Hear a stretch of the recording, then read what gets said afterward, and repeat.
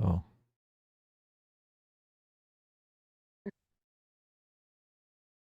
Hey meow! Happy Tuesday, everybody. What's going on? Did you have such a cool interview with Elon Musk, just like Donald Trump did? Did you do that, Adam, yesterday? I wish. I'd love to talk to Elon Musk. Are you kidding me? That'd be great.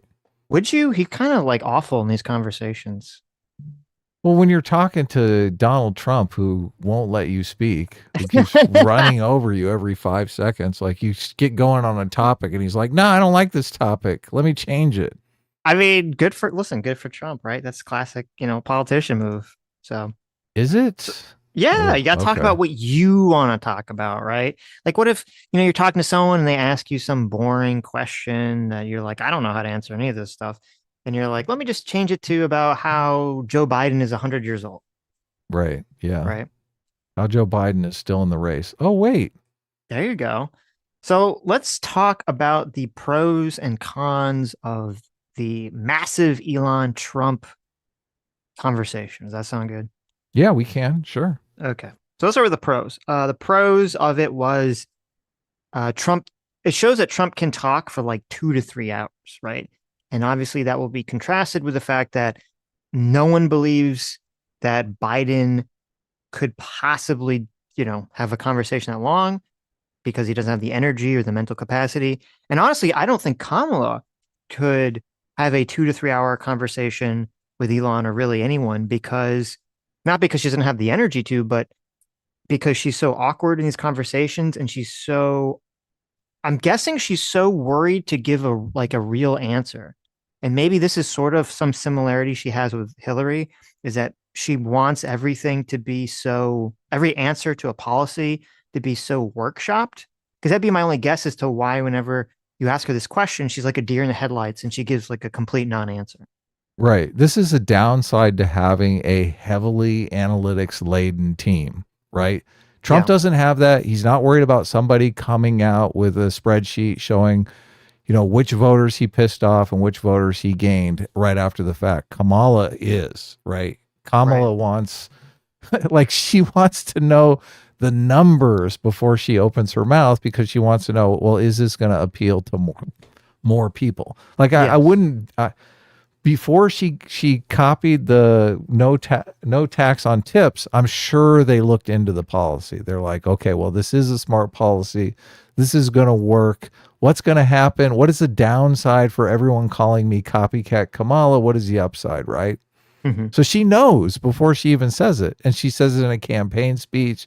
She doesn't just throw it out in an interview. So I do think you lose some of that spontaneity, right? If she goes into one of these interviews, they're going to ask her questions, they're going to bring up topics that she hasn't tested. So she's basically going to be flying blind, and she's afraid of that. Yeah, exactly. Exactly. Though, Elon did offer her a conversation. I think there's about a 1% chance she'll actually do it. So Right. most likely not, which is stupid. I think if she was a competent politician, she would jump at the chance. I think Obama would have jumped at the chance.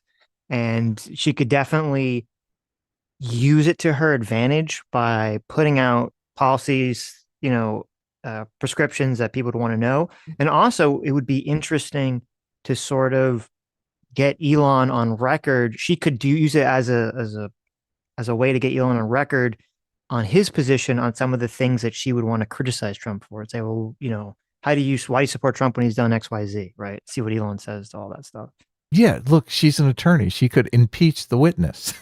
That would Right, be a great exactly. move for her. Right. But obviously she doesn't, I don't think she has the capacity or courage or competence to handle that. So I don't think she's going to take Elon up on the offer. The clip that everyone brings up of Tulsi Gabbard is impeaching the witness Right. perfectly with Kamala Harris. Is it? Well, you It's mean Tulsi Kamala, impeaching right? her? Everyone who says Kamala's name says it differently, and now I'm I know. like, Who is it cares? No one Kamala? cares. Is it Whatever. Kamala? Kamala, I believe it Who is. So, cares? Doesn't matter. But but yeah. So yeah. look, she needs the moment that Tulsi Gabbard threw at her. Imagine Hmm. if she threw something like that at Elon Musk. Oh my god. Oh my Well, no, no, no. god. Wait. Well, hold on, hold on. I think that would be a bad idea. She shouldn't be. She's on his platform, being interviewed by him. She shouldn't be attacking him. She should be like questioning him, right? Like, well, you know, like she could, it's really weird. And I think the Democrats have done a huge disservice when they talk about January 6th because they always kind of focus on the riot as opposed to focusing on like, well, Elon, what do you support a president who wants to, throw out your vote, right? Like that should be kind of the way I think the Democrats should frame it. They kind of revitalize the issue. Right. But I don't think Kamala's going to do that. I don't think she's going to go on Elon, so it doesn't matter. Go on Twitter, Yes. I mean, with Elon. She, I guess the hardest thing is to have an answer. Like she has to, all of her testing has to be done to kind of unmask the policy landscape. So she has to have a response on climate change. It doesn't seem impossible though. I mean, you could basically go through every single issue that could come up. I mean, in this talk, it's terrible because I think Elon is not a great interviewer. Like everyone is talking about the nuclear stuff, and I think Elon was trying to take some of the fear out of nuclear because I think nuclear is something that could be an energy solution. Right. But that just completely went over everyone's head. Everyone is talking about it like we should be afraid of nuclear, um and Elon is basically downplaying some sort of nuclear exchange between Russia and America, which is just, Mm-hmm. I mean, that's not where he was going at all, right? Yeah, you're talking about if you guys didn't listen to it, there was a part where he was saying that like the fallout from Fukushima Yeah, and Nagasaki. yeah, well, I meant like the reactor that blew up in or like Oh, yeah, but he the did talk earthquake about in Japan. Fukushima and Yeah. I guess it was it's Nagasaki, right? Yeah, Hiroshima and Nagasaki was where the bombs right, dropped. Yeah, no, he talked about all of them. He talked about, where the reactor on the fault line in Japan recently had all those problems, and he was kind of saying that it wasn't really an issue anymore. I don't know if that's true or not. And then he was also saying that like it was. See, I think it makes sense for him to focus on like if like on that issue. I don't think it makes sense to bring up like the nuclear grounds of where the bombs dropped because that's kind of completely a different scenario than a reactor melting down. right, I don't even think you should compare them. And then also, I think would have been more. I think what he should have done in that conversation is instead of really focusing on that, because just bringing it up makes people think of bad things, is just to talk about. I mean, maybe you could talk about like the new reactor that China claims they have, or this new technology where you have these meltdown-free nuclear reactors. right. Yeah, but So, he's talking about that in the context of climate change because he wants to say, listen, climate change is real. We have to deal with it. Nuclear is the best way to deal with it. Like he's almost pitching his policy proposal to Trump, but right. it completely he fails on every level. Yeah, yeah, yeah. So So some other pros I thought was just having Trump vie with Elon is probably good for Trump. A lot of people like Elon Musk. So having him just kind of have a friendly conversation with Elon is beneficial. Also, the media cycle on it. Some of it was probably good. Some of it's probably bad. The good part is there's a lot of weird clips of certain people having a weird freaking meltdown about this. There was, the EU sent out that weird, or someone from the EU sent out this kind of like weird letter about, misinformation on Twitter. There was this weird Washington Post journalist who asked at the White House press conference, I even tweet about this, about, is the White House going to do anything to like, I couldn't tell if he was saying to cancel the interview itself or just to combat misinformation on Twitter now that, quote, Trump is back on the platform. And it really highlights to me that the media still has this kind of like insane trigger about Trump being on X and they just like their brains just can't handle it, I think, to some extent. So I think that is positive for Trump in terms of that's positive messaging for his base and they get to laugh at the media and everything. So was there any yeah, other like pro stuff you before we move into the cons? of the interview, Yeah. I mean, not really.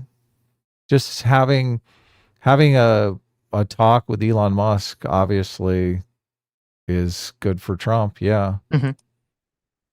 Yeah, I Okay. think you pretty much covered it. Yeah. And then the cons for the conversation was obviously it took like 40 minutes for the talk to start. There was all sorts of technical problems. I don't know if it was just because so many people were trying to watch it. or Elon, he made the claim that they were victim of a DDoS attack. I don't know if that's true or not. So obviously that is not great. And that's a lot of the articles when you read about this from mainstream media. That's like one of the things that always gets highlighted is the fact that it took 40 minutes for the conversation to take place in the first place. So Right. that kind of sucks a lot of the positive energy out of it. Um, I think the number one con about it was that Trump's audio was kind of fucked up.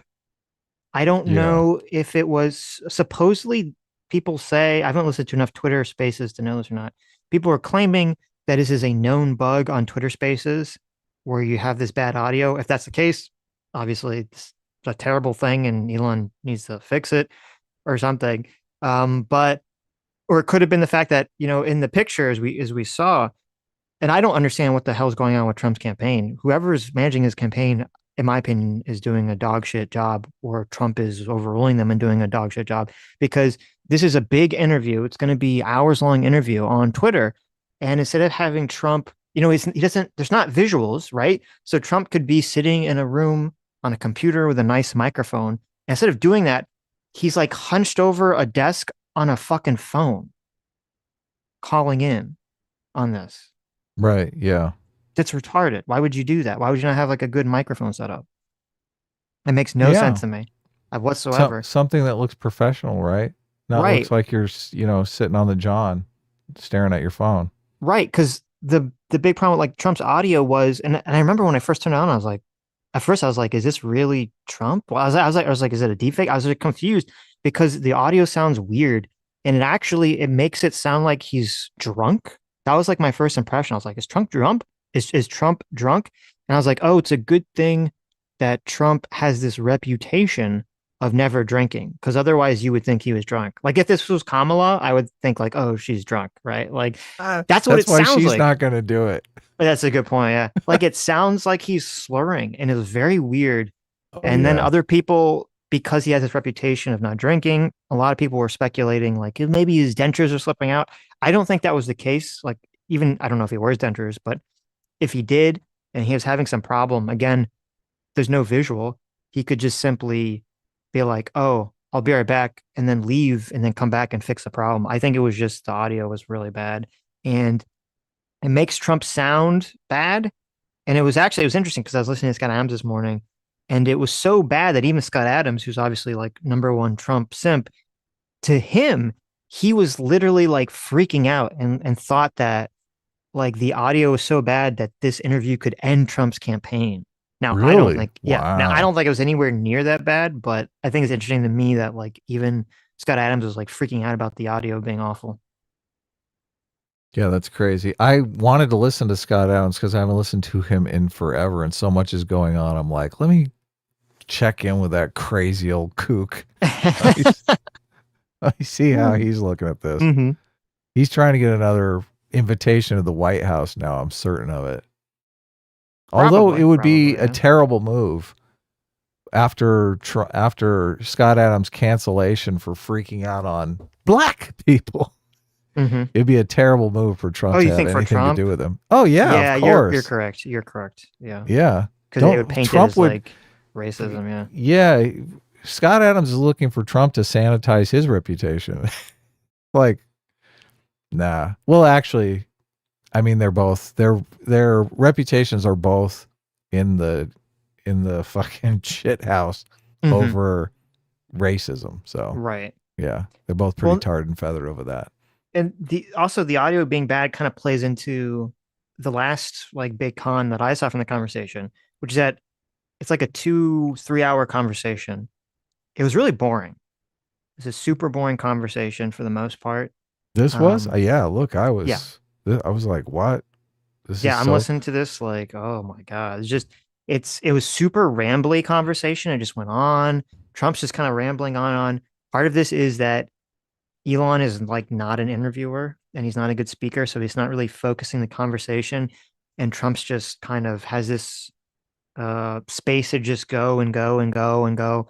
And Trump has like if you've I've been listening to a lot of Trump campaign speeches recently.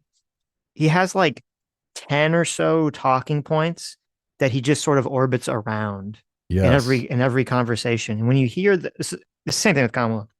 With most politicians, they have like this dumb speech. When you start hearing them, it's just kind of like, oh my God, it gets even more and more boring. But this just felt really boring, felt really rambly.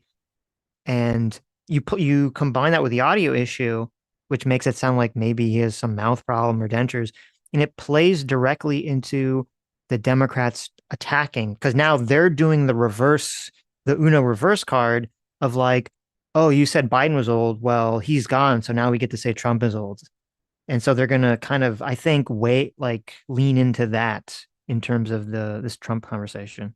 Yeah, I think it is working to some extent too. I know it's a lot of people don't like it on the right, especially since they were the ones saying that Biden is too old. So and so many of the people on the left were saying, "Oh, Biden is just fine, right? He's not old at all." So Mm-hmm. now for them to turn on a dime, obviously showing their hypocrisy is that's not good for a lot of people on the right. They're like, "Look, you hypocrite. Now, how dare you say our candidate is too old?" But life is completely unfair. And I mean, Trump does seem considerably older now that there are all these youngins in the race, right? Right. So it is like a juxtaposition thing going.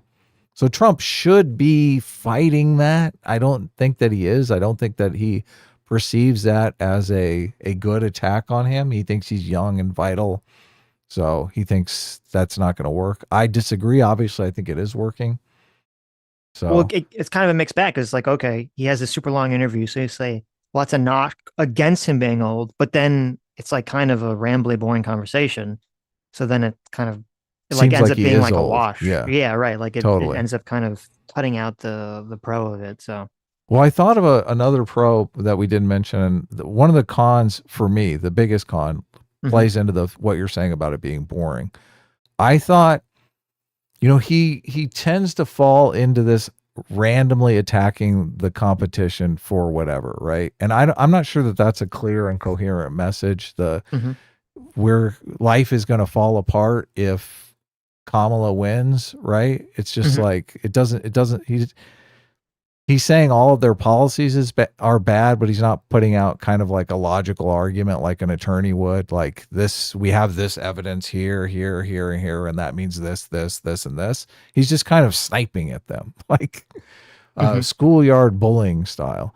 So, and in contrast to that, I don't think he has like a clear, coherent, aspirational message on his side. So that's Mhm. why I think it sounds like a rambly mess because he's not coming out and saying, here are my policies in contrast to their policies, and this is why those policies will lead to a better future. Like he's Well, just saying things were better when I was president. Well, it was a right. completely different world when you were president. Okay. Things have changed. So I'm not sure you can just go back and do what you did when you were president and it's going to be successful, right? We've moved on from that point. And I kind of want a message that acknowledges that. Is it Do you think it's policies or just a clear vision? Because I'm not sure Both. for the most part. Well, obviously both would be Yeah. ideal, but with Kamala, Kamala. I think Kamala is Kamala, the correct Kama pronunciation. So Chameleon. Yeah, like she doesn't have that many clear policies, but she has a clear vision or vibe that she's pushing. she is And that saying, look, I'm for seems the middle class. right. That's part of like the vibe or the vision, right? So she has like a vision that she's pushing, and that seems to be effective, even if she's not really pushing policies. And I kind of agree with you. To me, I don't know if Trump needs to be pushing specific policies, but I don't think he's pushing a clear vision outside of, things were better when I was president, things suck now. Which it's maybe like if he was running as Biden, that's very effective. For whatever reason, which doesn't make 100% sense to me, but is very fascinating. It seems like trying to tar Kamala with Biden is just not working. It's not I, it doesn't seem to be as effective as one would anticipate it to be. it's not working for me. I'm not sure. I haven't really looked at the numbers on whether or not it's It's working not work. I mean, if you look at the polling, she overall. seems Yeah. to be doing better and better. So Right, right.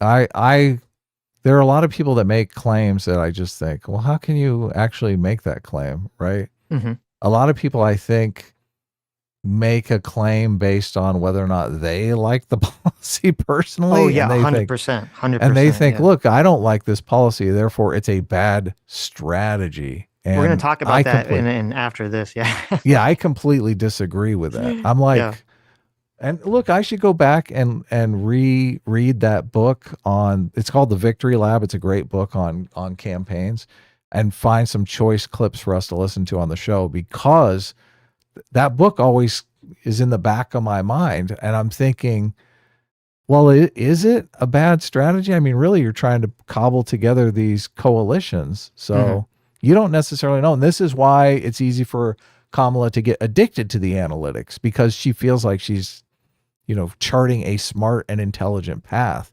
Like when she takes the policy from Trump, it plays into the theme of her campaign. She's like, look, I'm for middle class.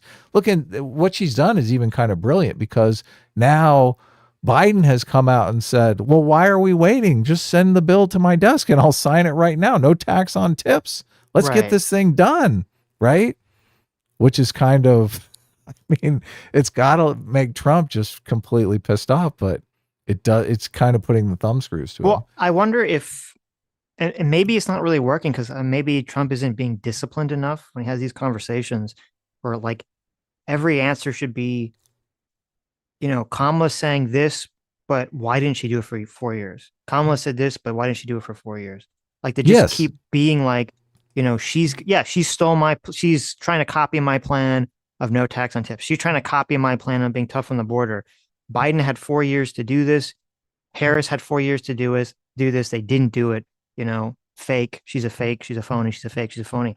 And I feel like he just needs to be. Not, I know everyone says this about Trump, but he's just not disciplined enough on just like Discipline. sticking.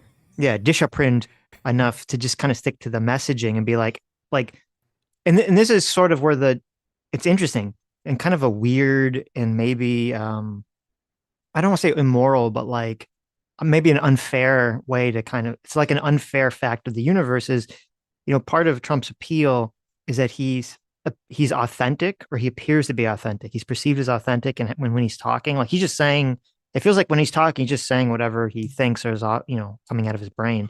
Where with most politicians, it's like they're saying things that they know have been workshopped and been very carefully planned for them to say.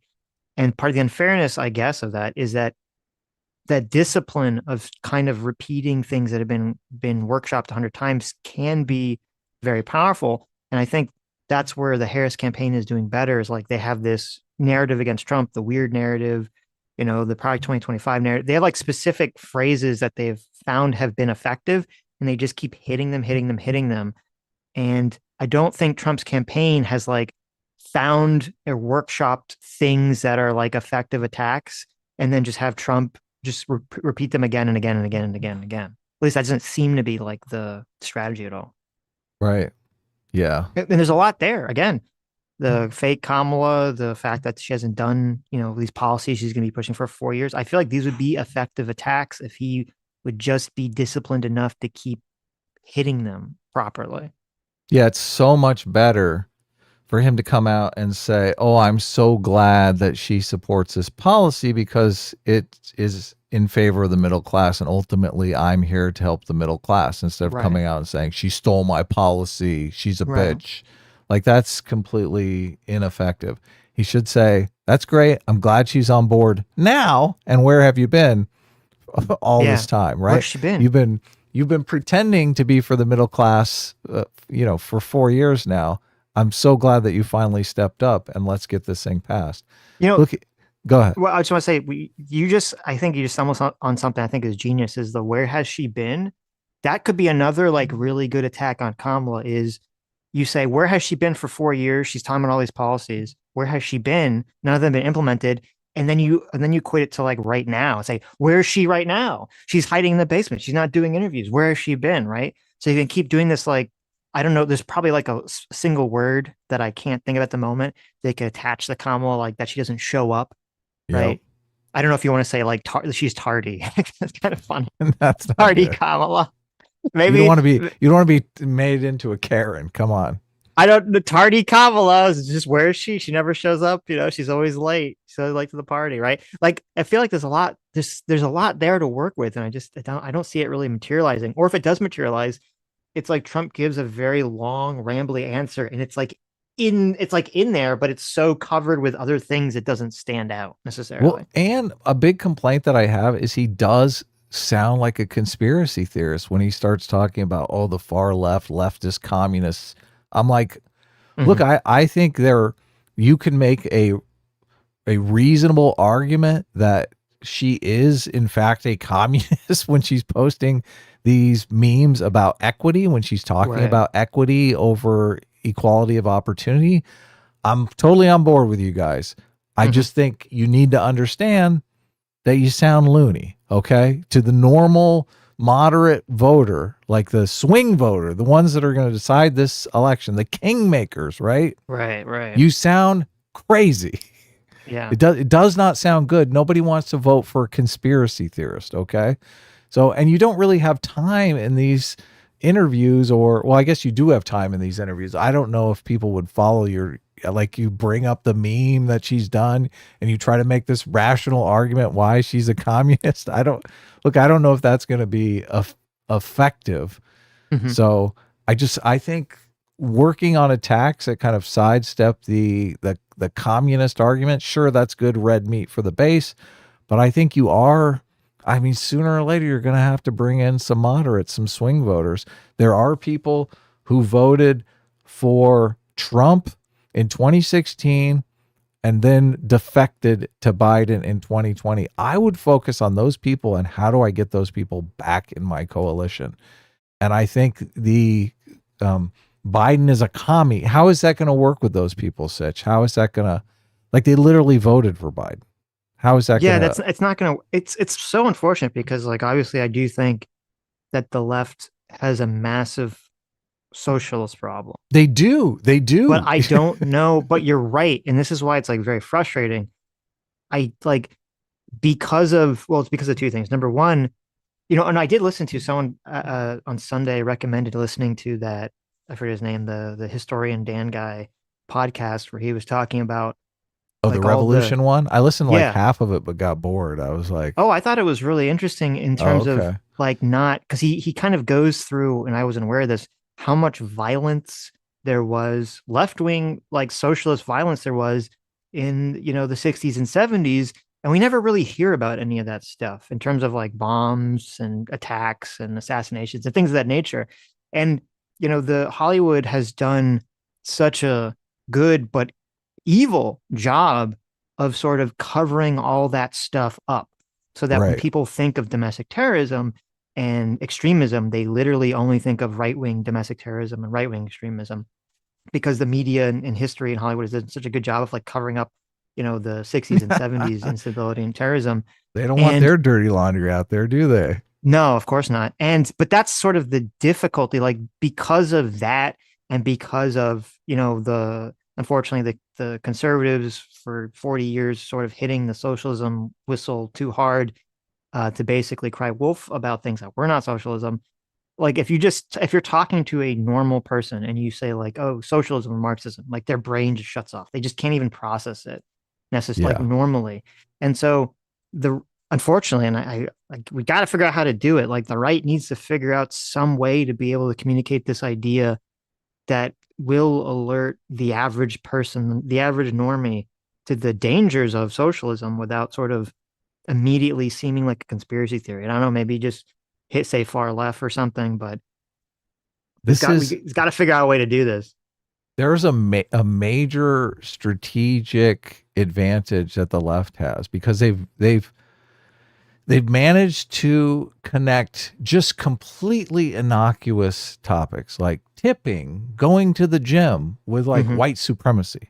Right. So like you can talk about these topics in conjunction with just insane conspiracy theories that Hmm. people just accept, right? Oh yeah, going to the gym is white supremacy. Right. But you Right. try to do that with communism, right? You're like, you're right, their brain completely shuts off, right? You try to explain, oh yeah, equity is basically communism. They're like, get out of here, right? Yeah. Well, It's I think it is just the left because the left has controlled movies and media for so long. Because when like everyone grew up with movies and media of, seeing the KKK and seeing the racism, and whenever someone thinks of the 60s, they think of like the civil rights movement like in a positive way. There's very, very few movies, television shows that you've ever seen that show like the negative aspects of the far left extremists during the civil rights movement. It's just not a right. thing that people know about. And so Yeah. there's no like resource in their mind for them to draw back on when you talk about this stuff. Racism is a big boogeyman in every single movie. Like they mention socialism in Ant-Man, and it's like positive. They did? I don't remember. They talked about social and Yeah, in they the in Ant-Man the movie? last Ant-Man movie, Yeah. Kirk Douglas has this line about how Oh, you're right. You're right. Yeah, maybe that's okay. socialism is not Yes. so bad after Right. all. You're like, what the fuck? Yeah. Can you So imagine if they said, maybe fascism is not so bad after all? I know, it's Maybe crazy. white supremacy is good for the world, right? Can you Yeah, imagine yeah. Kirk Douglas saying that? Mm-hmm. Oh, he'd be Pretty bad. tarred and feathered. But yeah, this strategic, it's just, it's not a fair playing field. No, So, no. Well, and never is. I don't So. know how to get around that, but I guess you've got to kind of take over movies. Ron DeSantis did some bill where they were going to start educating people on how many people have died from communism and how Right. communism takes away people's energy for working hard and developing their own businesses and economic security, stuff like that. Mike Anyway, Douglas, not Kirk Douglas. People are Michael oh, they're Douglas. freaking out. It Yeah. is Michael Douglas. You're Yeah. right. Right. You're So right. look, one of the pros that we didn't mention was so Trump, there is kind of a battle for the news cycle going on, and Trump does win by, he does this interview with Elon Musk. Elon Musk is obviously a huge celebrity that's constantly in the news too. So I mean, it made it even to local news. I saw my local news was talking about Donald Trump talked to Elon Musk on the X platform, and they talked for 2 hours, which was Mm-hmm. obviously it's hard for people to wrap their minds around, especially TV watchers, right? Never What? listened to that. Yeah. 2 hours? Somebody Right. talked for 2 hours? So that's definitely a pro. Mm-hmm. So, and maybe he'll be in the news cycle today and tomorrow for this. Maybe not. I don't know. They'll see if they sweep it under the rug. I think it just won't get talked about. That's another. Even though I like, well, if I like having the long conversations if there's something there, I think it's kind of somewhat bad if you're a politician because if it's too long, it's hard for people to focus on anything, and the media can just not talk about it, and it kind of just falls out of the public mind, right? Except Well, for the base, who obviously you don't need to win over anyway. I think you and I both got bored by it because it turned into this topic bingo thing, which neither one of us really likes. Like if they were actually diving deep into a topic and kind of exploring it thoroughly, sure, I'd be on board. But I got bored because they just were going surface level on everything. I mean, Yeah. they weren't Well, it's all really things I've heard. It's all things I've heard Trump say before, almost. right. Anyway, so I mean, so it's, if Elon really would have tried to make a convincing argument that climate change is real and nuclear is one of the best options, I mean, that would be fascinating, right? How mhm. would Trump respond to that? I think how he would respond is you just keep changing the topic. Like Yeah. socialism, these people are horrible. I don't know. Trump does not seem like the 10D chess player that Scott Adams made him out to be. No, I think. Well, I mean, we said this from the beginning. I think Trump has very good intuitions, but those intuitions only get you so far. So Right. sometimes you got to adjust. Like Sooner or like later you got to dive in on a topic. right. Well, like one of the things he brought up that was a policy thing, which we hadn't really heard necessarily before, which I think was a mistake, was he brought up getting rid of the Department of Education, which I think is a mistake because most people don't know what that means. I don't think most people like the average voter, if you say, should you get rid of the Department of Education? They don't even know what that Department of Education even does. Right. right? They go, yeah. Like if you're on the left, you go, no, that's awful. If you're on the right, you go, I guess, yeah, get rid of it. It's evil federal government. But like, what does that even mean? People don't really realize what that does. And I think it's bad because A, no one knows what it does. B, it does tie him, it gives the left a way to tie him to Project 2025, which he's been trying to avoid pretty strongly because they're also in favor of something like that. And then number three, he might just throw this out there and maybe never bring it up again. If he makes this a major talking point, it's actually a huge blunder because a lot of the Department of Education is involved with giving people uh, scholarships to go to college, right? And it's interesting because, as we've talked about a lot, Biden and the Democrats have sort of been trying to essentially buy votes through student debt forgiveness, Yep. right? And if the Republicans kind of push this narrative of getting rid of the Department of Education, the Democrats can counter by just saying, "Oh, look at this. The Republicans don't want to give you any student aid. They want to get rid of student aid." Now, obviously, the Republicans are going to say, "No, no, no. We're going to have some other plan. It just won't be through the Department of Education." But that's going to be kind of like a weaker. I think they'll lose sort of just the propaganda battle on that one because Democrats can just say, "Oh, they're going to, they want to not give you any money to go to college." And that just further galvanizes young people to vote for Democrats, further galvanizes them to actually show up and vote. Right. So, I would have to see some sort of evidence. I mean, I'm just going off my gut intuition here, but mhm. when I hear get rid of the Department of Education, if you have a kid in school, you're thinking, okay, well now I got to send my kid to private school. Like that's That's what a I good would think point. they Yeah, think. Yeah. right. Yeah, because So no one I knows don't. what they do. Yeah, I'm like, Right. what? So now I got to send my kid to private school Right. because Right. you're basically taking away the school. I think. Yeah, even though Look, that wouldn't have that impact, but yeah. yeah, I'm in favor of school vouchers. I think we should move to a public private system where public schools become like the public option, just like you want to Hmm. do in healthcare. Like I think we need a public option in healthcare, right? And we need to keep the public option that we have in in education. It can't be like single payer education, right? Because Right. Right. we do have private schools. Private schools have thrived. The unfortunate thing is that really only rich people can pay the taxes for the public school and pay for their kids to go to the private school as well. That's just Hmm. it's unfair. It's completely unfair. Why can't someone who has, who is economically depressed send their kid to a better school? They should be able to, right, Sitch? No, I agree, and I think student vouchers is a good, not only a good policy, but I think it's a good uh, persuasion policy.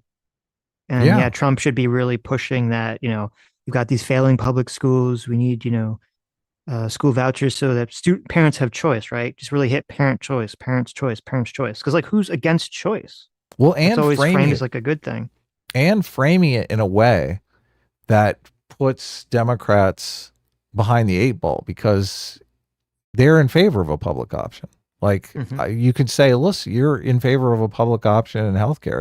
It's basically the same thing, right? Yes. Why not? Hmm.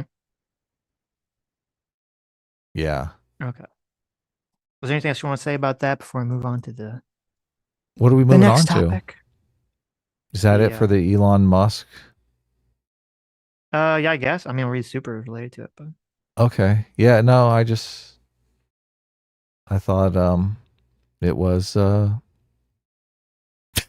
kind of boring, but that's it. so yeah, I guess one other thing I'll say about the Elon thing, which is kind of fascinating to me, it kind of goes into the unfairness of the situation, is it it is kind of like this massive gaslighting that I feel like whenever I hear pundits talk about like, where's Trump? Trump must be like really upset because he's like not talking to people. He's not doing rallies. He's not doing XYZ. And I'm like, well, first of all, he just did a 2 hour, 3 hour long conversation with Elon. So he just did have a conversation. And I'm sitting around thinking, like, what are you talking about? Kamala is the one who, I mean, Kamala's doing these rallies, but she just says the same thing in every rally, like literally almost the same thing in every rally. and she's not having any of these conversations, she's not doing any of these interviews. And the same people are like pretending like she is. It's so fucking weird. It's so gaslighty. Yeah, it is awful. I Um, guess one thing I wanted to get your feedback on is if you mhm. think it's better or worse for Trump to come back to Twitter Why don't, well, I mean, obviously, we all assume he literally can't legally, right? Because because of of his agreement with True Social. that's what we all assume, which is probably the case. Um, it would be, and I said this years ago, okay, and I stand by this. I said if Trump is serious about winning the presidency, he should come back to Twitter. Right. And I've heard people say, well, it doesn't matter because everything he says on True Social gets republished to Twitter, which is true. But think about it this way. I think if that's the thought, you're kind of conceptualizing this incorrectly. The part of the way that Trump won in 2016 was he was able to capture the news cycle constantly, right? So much of the energy, so much of the focus was on Trump, Trump, Trump, Trump, Trump. And right now, so much of the focus, because of the drama with Biden dropping out, has all shifted to Harris, Harris, Harris, Harris, Harris, even though Trump literally got shot. It's kind of like crazy. So a good way, I think, to wrestle the media back to focusing on Trump, even though they'll try to focus on it negatively, would be if Donald Trump comes back to Twitter and is posting all of his stuff on Twitter, it will make the media insane. Right. Yeah. Because He like, captures a news cycle indefinitely. yes, because and this is like this is sort of the problem is there's a lot of like out of sight, out of mind situation where like Trump is like posting all sorts of like crazy shit on True Social, which if you recall 2016 up to his presidency, whenever Donald Trump would post something that was kind of incendiary or crazy on Twitter, there'd be like a whole news cycle about like, did you see what Donald Trump posted? Did you see what Donald Trump posted? Oh my God, there'd be so much energy and so much focus on it. And now Right. there isn't any energy and focus on it. And maybe part of it is that the media is intentionally like we don't want to focus on Trump because we know it'll help them, which I think is part of it. But I do think a bigger part is just because it's not on Twitter, they feel like they can ignore it. And if he comes back on Twitter and he starts posting what he's posting on Truth directly on Twitter, the media will have to focus on it. It would be a massive boon to him. So So, let me see if I can get this right. You think the perception of posting on True Social is just like you're posting in the right wing echo chamber, and who yes, cares, right? It's right, very, exactly. very small. But the perception of posting on Twitter is like that's the public square. That's when he's coming in and disseminating misinformation to the world. And the media feels like, okay, now we have to step up and Right. protect our territory. Right. And you see it just with him being on Twitter now and talking to Elon. There's already the rumblings of like journalists going like, "Oh, he's on Twitter." Because I think so many of the journalists, part of the reason they despise Elon Musk is they He took really over their turf. exactly, yes. Journalists really felt like Twitter was theirs, Yep. was their territory. And so they're like, I know the left is low in disgust, but they still have disgust. And I think they're like literally physically disgusted that Donald Trump is like in this space that they consider theirs. It was Their like church. really, yes, exactly. It's like they're all in the church of Twitter, like, oh, and then Trump like kicks the door in and he's like, what's up, bitches? And they're like, no, Twitter. So no, I mean Trump should 100% come back on Twitter. I think it would be nothing but helpful to his campaign. Yeah, well, the other side of this argument is, oh, it would be terrible for his campaign because he's going to be portrayed as a lunatic. You know, he is a lunatic on Twitter. He can't seem to discipline himself to stop Mm-hmm. tweeting out insane stuff. And that his one of the reasons why he was even nominated again by the Republicans was because Twitter was taken away from him. So that's kind of the opposing argument that, and him coming back to Twitter is just going to make him seem like the insane Trump that everyone is terrified of, and there's no way he can win the election tweeting out So, insanity. right. So My response to that would be like theoretically, if you had an like, okay, Trump doesn't have discipline to stay on messaging correctly. yeah, I And agree. he never ever will. He never No, will. He never will. It's not in his DNA. It's gone. Okay. Yeah. Can't teach an old dog new tricks. So, like, so you have to make lemonade out of what you have, right? Yep. And so while I would agree that, yeah, like, will be on Twitter and he'll say crazy shit that's undisciplined and the media will attack him and say, look, Donald Trump's crazy, blah, blah, blah, blah, like, right. Like, that's all true. But I still think it'd still be a net win for him just because it will shift the focus off of Kamala back onto Trump. It will Right. drain some of the energy out of Kamala and give it back to Trump. Because right now, like the left is just riding this energy high of Kamala saying really nothing. And if you just got to suck that energy away and Trump going back on Twitter and making the news cycle about him, even if it's negative media coverage, I still think it would have a net benefit to Trump. Yeah. There's a there's a claim that I often question, the there's no such thing as bad press. I'm not sure I fully agree with that. I Mm-hmm. think Trump believes that wholeheartedly. There is no such thing as bad He press. acts like he believes it.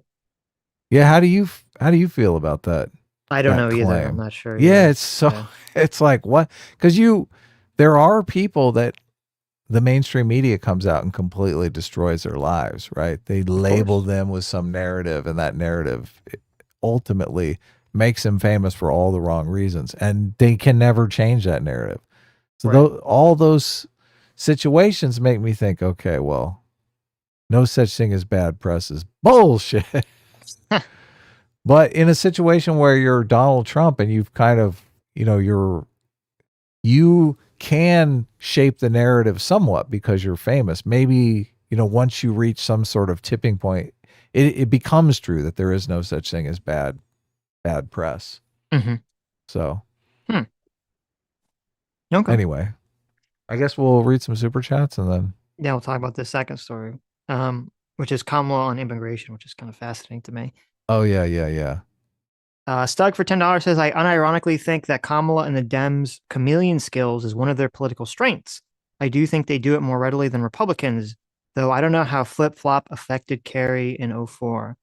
Yeah, I mean, it's hard to tell because obviously in '04, like the Kerry flip flop thing, it was something that was used to attack him, and it did seem to have an impact so much that we all remember it. It's all still in our minds. If you were paying attention to politics, around the time period, was the Kerry flip flop narrative, um, and it's not really, at least yet, hitting Kamala, and maybe that's Kamala. Maybe just because the media is so in her corner, and obviously the media wasn't so insanely biased back in the Kerry Bush days. How But much of it is the stereotype though that a woman's prerogative? You know what a woman's mhm. prerogative is? What? I To don't know. change her mind. I've, what do you mean? You've never heard that before? No, I've never heard this. Oh, okay. Maybe it's like a Generation X thing. Mm-hmm. But there is, I mean, that's women are culturally allowed to change their mind in a way that I like men will get a hard time for. So, It's interesting. I didn't. I mean, I yeah. know that like when we were talking to What If All the History was saying how women, when you look at them, usually as a group, women will side with whatever side they think has like the power and is the safer side to side with. So maybe that kind of plays into what you're saying. Right. I know maybe that's part of it with Kamala, but I are the Democrats better at that? Let me think. I'm trying to, when have the Republic, because I mean, I think you could be correct because I can't really think off the top of my head. When have the Republicans like flip flopped? Yeah. Can't really think of a time. I mean, maybe some people, I wouldn't really consider this. Maybe some people would consider the populist flip flopping on big business, but I don't really see it as a flip flop. It's more just the perception of what big business was changed to being like woke, and that kind of allowed the right wing To populist attack them. movement That's a to good attack point. them and sort of Yeah. peel off the neoliberal right momentum. So no, I think you're right. The Democrats definitely seem much better at doing this kind of flip flopping political chameleon move, at least in my lifetime. So Well, the argument is, when the facts on the ground change, I change my my response. So you frame Right. it as not a flip flop. You're like, it would be a flip flop if if the circumstances were identical and I just changed my policy prescription. But now the circumstances have changed, right? I was in favor of open borders Hmm. when we needed plenty of new immigrants. Now that we're kind of full, it seems logical to curb your border policy. Yeah, that would be the way to defend against it. But and even if that like makes logically sense, I don't think it's emotionally satisfying to people. No, They just say, fuck you. You're a flip right. flopper. You're a faker. So Yeah, we all have a bias towards consistency that is deeply intuitive, deeply emotional. hmm. So, yes, you are 100% correct. If, your policy is I stand in the middle of the road when that Mack truck comes and you're like, I should move. No, motherfucker. Right, right, Your policy is to stand in the middle of the road. right. How Well, people dare really you want, flip flop? I mean, from a leader, you really want like someone that's decisive. And so the flip flop, I think, reads as indecisiveness. It does. Yeah, it Yeah, does. It reads as inconsistency. And you're right. like, oh, well, I don't want them to flip flop on me. They told me they had my back, right? That's true. That's a good point. Yeah. And then, yeah, because it's like, oh, where's their loyalty, right? If they flip flop on this issue, maybe they'll flip flop on being loyal to my cause. That's a good It's all point. based in the our evolutionary desire for reciprocal altruism. We're looking for people who will be loyal to us. Right, right. Yes, in a exchange of goods, information, help, whatever we need, right? That's All of a interesting. sudden, when they change like that, you're like, oh, I don't like this. Yeah. Well, this is why Pisco was doing what he was doing, because he was saying, look, you've planted your flag in the ground here, Adam. You can't Hmm. change. You're not allowed to change. Right, And I'm right. like, bitch, new circumstances, dude. They just nominated a corpse. And I can't vote for a corpse. What are you talking about? Right. And Peace goes like, my policy is to stand in the middle of the road, even if Mack trucks come. And I'm like, my policy is to get out of the fucking way. Lethal Strain for $5 says Harris has no record to attack and has to attack Biden's record. Yeah, I mean, she has somewhat of a record. Obviously Trump did bring this up. She ran in San Francisco in the ground. She ran California in the ground. But I think it is weird because it does seem like he should be able to attack Biden's record through her, and it doesn't seem to be landing. And I don't know if it's just because the gaslighting campaign, the media, or there's some kind of ineffective way in which the Trump campaign is levying that message. It's not clear to me because it should, like, it's something that, like, logically, when you think about it, should be an effective attack on her, and it just doesn't seem to be working as of yet. Well, So, Harris's defense mhm. is solid. Like she can say, look, I'm not Biden. Biden had his policy agenda. I'm vice president. I'm I'm not necessarily involved in his policy agenda. So when She they're hasn't when said they're that though. no, but that is a solid defense to whatever attacks they go. I don't understand why there's look. Kamala has a long history in politics. She's got to have lots of attacks. It's Tulsi true. She was a Gabbard senator. attacked Yeah, her. that is true. So, Yeah, Tulsi Gabbard attacked her on throwing people in jail. That's the problem with that attack, right? Because that right. attack works in a Democratic primary. It doesn't Doesn't work in work. a Yeah, general election when the right. Republicans are like, "What? She threw drug addicts in jail? Well, I like her." Well, yeah, I mean and I guess there are, there's the gun, she was in favor of the gun buyback, uh, or I don't know if it was a buyback or just she wanted to get rid of all the assault rifle slash weapons, whatever the fuck the category was. You hit her with that, hit her with the border czar stuff. I mean, there are Yeah. things to attack her about, but it does seem like if Kamala has to come out and distance herself from Biden by making that clear statement, I think that's a losing statement for her, and she doesn't want to make that statement. And I think you should force her. If you're Trump, I think you should force her to make statements she doesn't want to make. Yeah. So To Maybe it's peel off the because base. right, You're trying to make the base stay home. But this right. is why I'm saying when I hear Trump talk to Elon Musk for 2 hours, I don't sense any coherent strategy. Like when he says things, I'm not going, okay, that makes sense. He's trying to get the base to stay home. You're right. Yeah, Like it that's just true. seems random. It's like Yeah, he's just talking. He's not. It's not planned. There's not a strategy to the conversation. Yeah. when I hear Kamala come out and say, I'm going to do no tax on tips, I think, okay, I understand. They focus group this. This is smart. Right. This also creates a news cycle around, well, is this stealing? I mean, they are for the middle class. And Hmm. is this just adopting a good policy idea? It's like It is interesting. Yeah. it opens up a lot of different questions that people can write stories about. That is smart. It creates news It essentially. does. Yeah. Exactly right.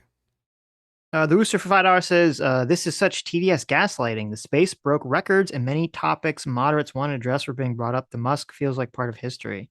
I think you're too close to it, Rooster. I think you're too emotionally on Trump's side to sort of detach from it and kind of look at it from an objective standpoint. So, Yeah, because I what don't think we're anything that we're saying, I mean, we're literally trying to say like ways in which I think the Trump campaign would do better, which would be the opposite of TDS. But what were the topics, and I brought this up, what were the topics that moderates would find interesting? Like my counter argument to that would be maybe they would find them interesting, but they're also bundled in with what sounds like a bunch of insane ranting about communism. So as soon as you bring in the insane rantings about communism, and mhm. then you're like, okay, I'm going to be sensible on this other thing, it's kind of a wash. Well, there's also a big problem too, which is regarding this moderates thing.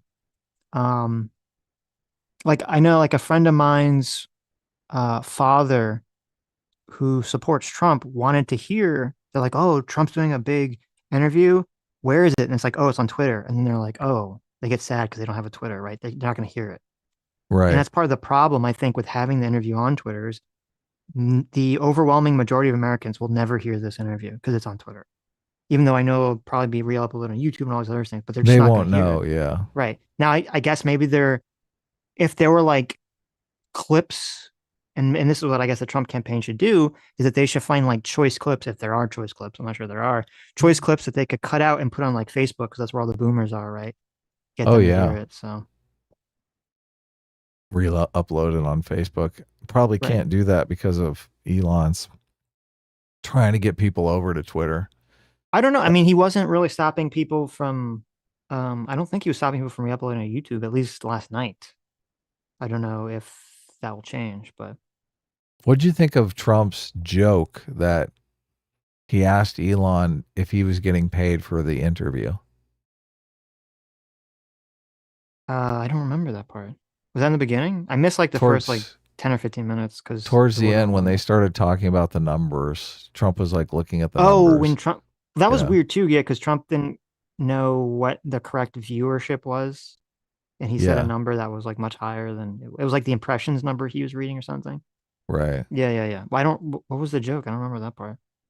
He asked if he was getting paid for the interview. He's like, "Oh, this is getting huge ratings. Hmm. Am I getting paid for this interview?" Which I think it was a joke, but Yeah, yeah, I yeah. was like, to be it just it so goes against and I think this is where Trump should be branding himself as, a traitor to his class. I'm here for you. He does this point comes in clear when he starts talking about how I had a great life, I could go back to my life, I had all I was living the life of leisure, but I had to do this and I'm doing it for you. I'm doing it for the American people. Right. That is good messaging right there. Yeah. Right. But as soon as he starts talking about crowd size and he starts talking about viewership and ratings, all of a sudden it becomes about him. That's a good And point. Yeah. it's completely in contrast to this I'm doing it for you. And I think it's stepping in it. I think every time he starts talking about crowd size, he starts talking about viewership, he starts talking about, am I getting paid for this interview? I'm a big celebrity. Hmm. I think it completely just pisses all over the I've had a great life and I'm doing this for you. It sounds like you're doing it for yourself and you're out there for in the limelight. That's really what you Right. want. Sounds Right. completely egotistical. Yeah, which is Hmm. a top attack from the left. The Hmm. left is constantly saying, "Oh, Trump only cares about himself. He's completely selfish. He's a narcissist." Like you should be worried about playing into that stereotype. Right. No, that's a good point. That's a good point. Loser for another $5 says, quote, the interview is too long and unfocused, says host of 8 to 12-hour long streams who go on frequent side quests. This is a good thing. Shaking my head. Yeah, Well, but you understand that, we're like, 10 times look. we're not trying to run for office. If me and Am are running for office, we would not think that the effective strategy would be to do an 8-hour live stream. And So if our live streams continue to be as rambly and unfocused as that was, I don't think we would have the viewership we do. Like that's we're true. literally talking about a specific topic here where we're bringing up different points about the specific topic. We're not here playing topic bingo, right? We're talking about a specific Yeah. interview. We're talking Yes. about how it relates to an election. We're talking about whether or not it's a good strategy, whether or not you pick up voters or lose voters. I mean, all of this is very, very specific. We're building Hmm. a conceptual model in all of our heads. Was that going on in that interview, Sitch? Did you walk away with a conceptual model of nuclear and climate change that was coherent and logical? That's a great point. I'm glad you said that. And that should be the highlight here is that the when the person's running for office, the number one thing that they should be focused on is building that conceptual model, that picture in your mind of Yes. what they represent and what the opponent represents. And I think that was part of Donald Trump's strength in 2016 was that he he kind of built that clear image in your mind of like, the Trump wall and protecting the Draining country the and swamp, draining the swamp. corruption. Right. Yeah. Yes. He was painting this very clear image in your mind. And now, I mean, the image, I guess, is just it's this kind of like we're gonna go back to what it was, which I don't think is as clear an image No, in it's people's not. mind. Look, the environment has changed. We've had a fucking pandemic. We've got two countries that we have two wars going on, right? Right. That doesn't work. That doesn't work. You're not stepping into the office. You're not stepping into office in the same world as 2016. Yeah. Like, why Yeah. are you acting like that? Right. Oh, it's just so bad. Look, I know we have a lot of Trump supporters that just want to hear like Trump is killing it. Trump is doing amazing. Everything he's saying is great. Maybe there's a little nostalgia going on there, but Hmm. I hesitate to see how this is adding up to a win in November. Well, I mean, if you're a Trump supporter, you have to be careful to not fall into the Hillary trap of 2016, which is, Oh, of course. you Yes. had all of the media and all of the messaging was like, Hillary's got this, Hillary's got this, Hillary got this. And then when she lost, it's like this complete total like mind melt around like how is it even possible that Hillary lost? So And look, Trump literally wants you to be in that state of mind because right. if he loses in November, he wants to be able to say, I was robbed. You know, their whole campaign was AI generated. It was a fake campaign. There was wide scale corruption in counting the votes. Like that's what he wants you to believe, right? Hmm. It, it helps him if you're in that mindset. That's true. That's true. Lethal Strain for $5 says he said there would still be a Department of Education, not bloated like it is now. Did he? I could have swore he said he wanted to get rid of it. Do you remember? I really thought I he said don't he wanted to get rid of it. I don't recall. Okay. Stock for $2 says Trump returning to X would make David Pakman's show funny.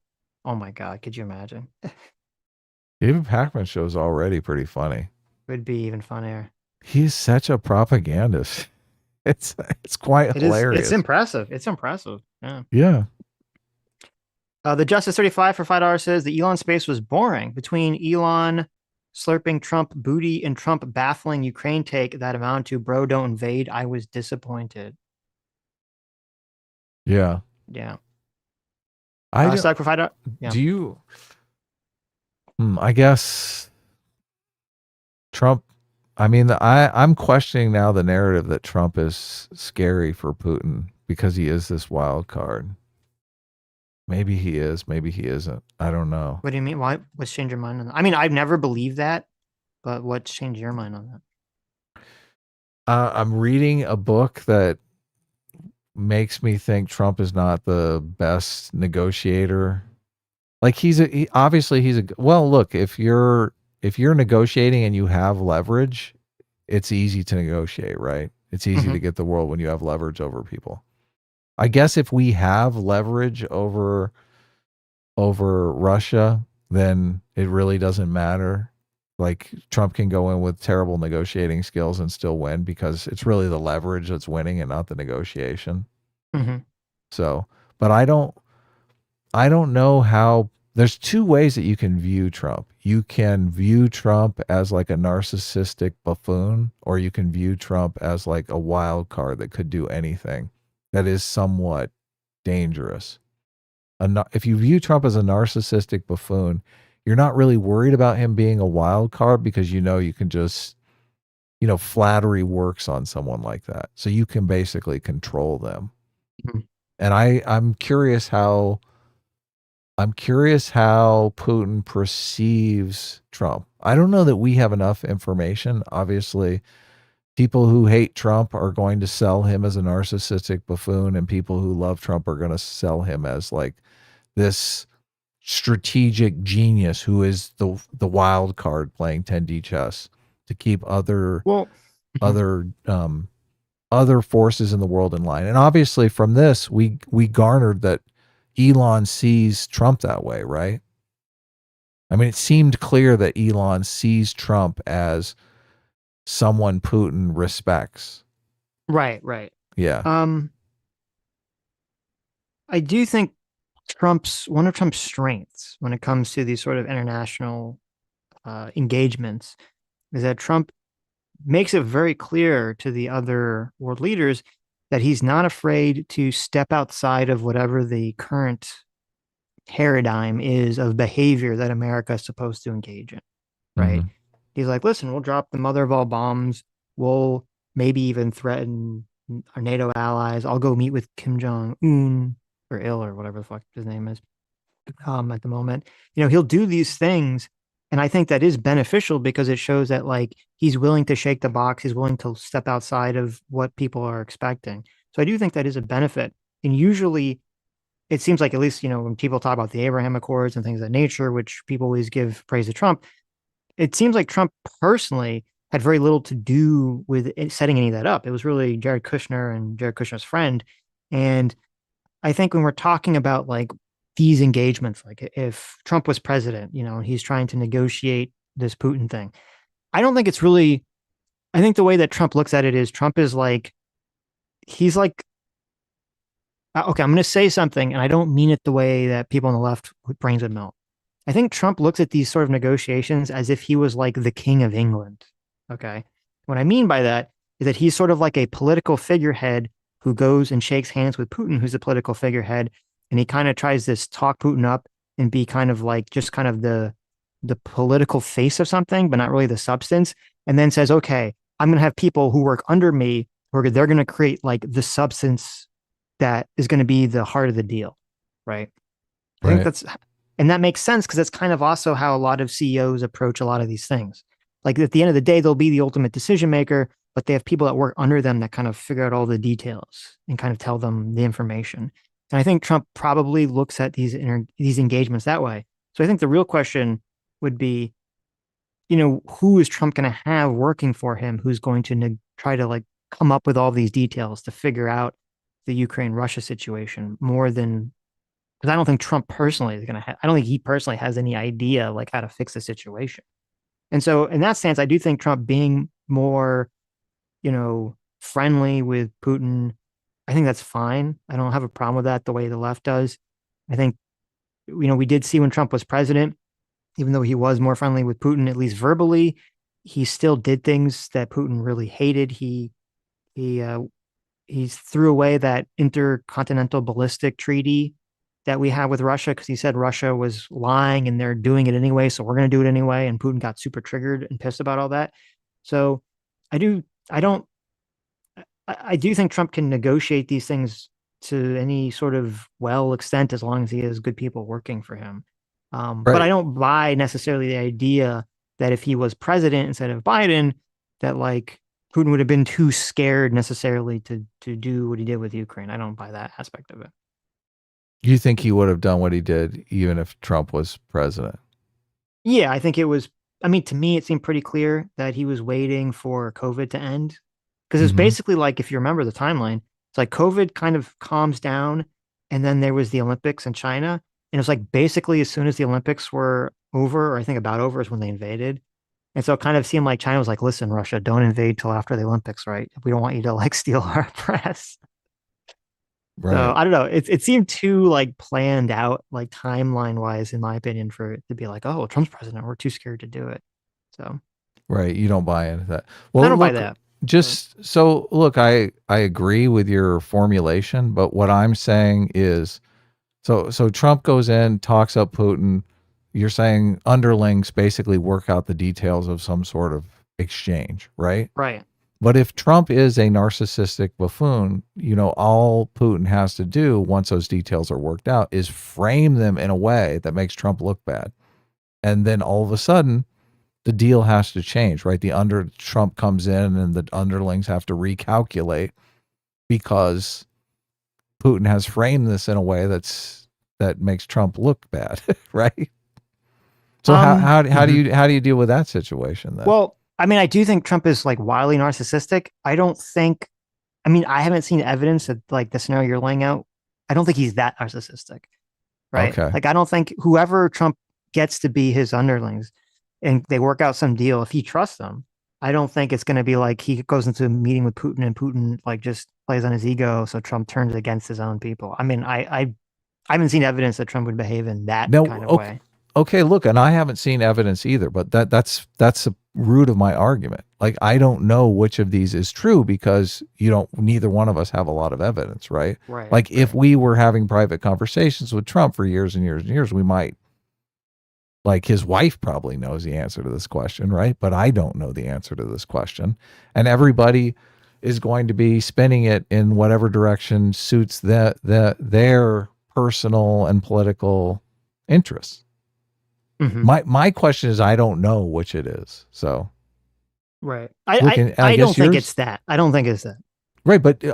based off your intuition, Yes, obviously. Well, no, but also based off like his past interactions with these people. right? He again he went against Putin in ways that Putin didn't like.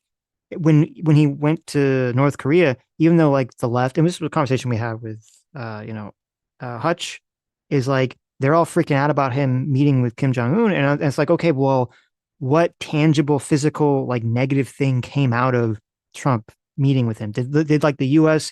do something to like did Kim flatter Trump and then Trump did something that was against our benefit? No, right? That didn't happen. And so and it's the same even with Israel. It's like, Trump hates Bibi Netanyahu and yet is still able to do, have this Abraham Accords deal like worked out with him, even though, Trump made the huge mistake, in my opinion, from a strategic level of giving Israel the capital of Jerusalem with no conditional swap for it. Um, I just don't see that behavior that you're laying out as like I haven't seen Trump play into that behavior, I guess, Right? Yeah. to my knowledge. Yeah, it's look, I'm saying I'm working off of limited information here. We So I all don't are, obviously. necessarily Sure. know. Yeah, Right. you have a strong intuition.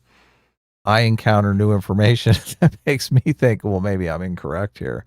So, Yeah. but look, and a lot of people, and I look, this is why I hate bringing up that I actually read books and I actually like acquire new information Hmm. because most people they're comfortable having a certain view of the world and they literally do not want to encounter new information that might threaten that worldview. Right. So every time I bring something up like this, people like re I Sure. how do I Right. bring this up without the accusation that, oh my God, Adam read a book and changed his mind? Like, you think that's a um you think that's a I helpful guess just say attack? like like here's this idea that I read in this book. What do you think about it? As opposed you just say like I'm not sure I believe it or not, one way or the other. Well, But look, I'm not sure I believe it or okay, not, well but there you that's the go. way I am pitching this. Right. If I guess people I read just about got to that, then leave. that's their own I problem. guess I So just got to look.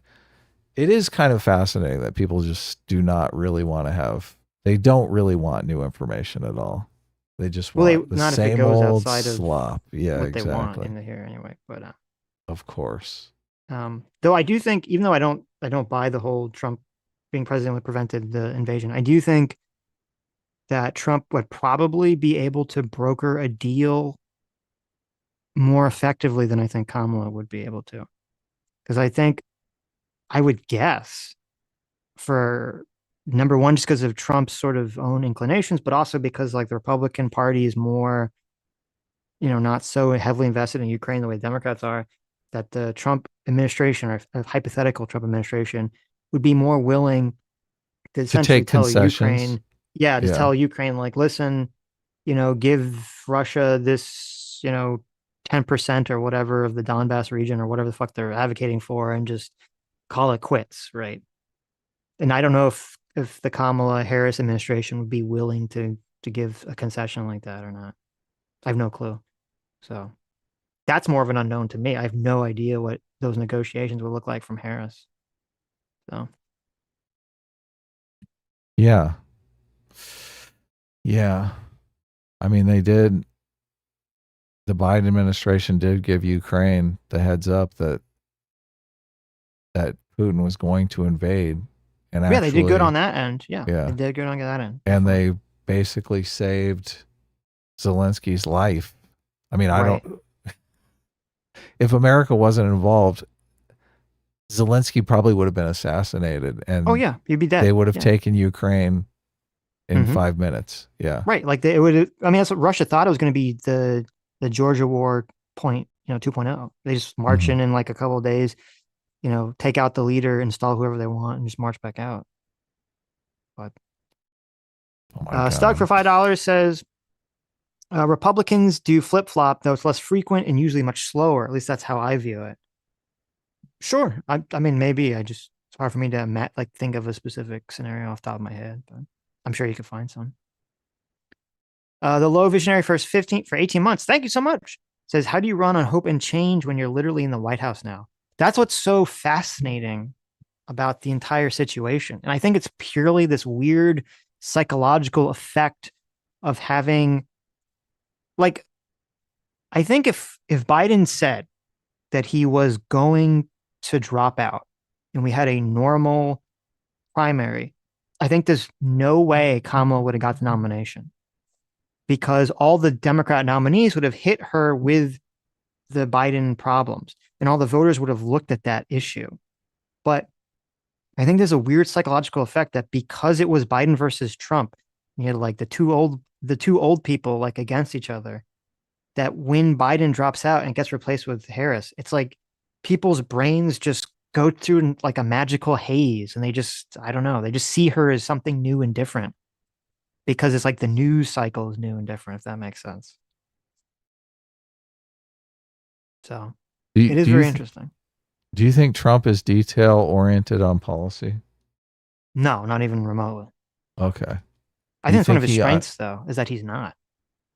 okay.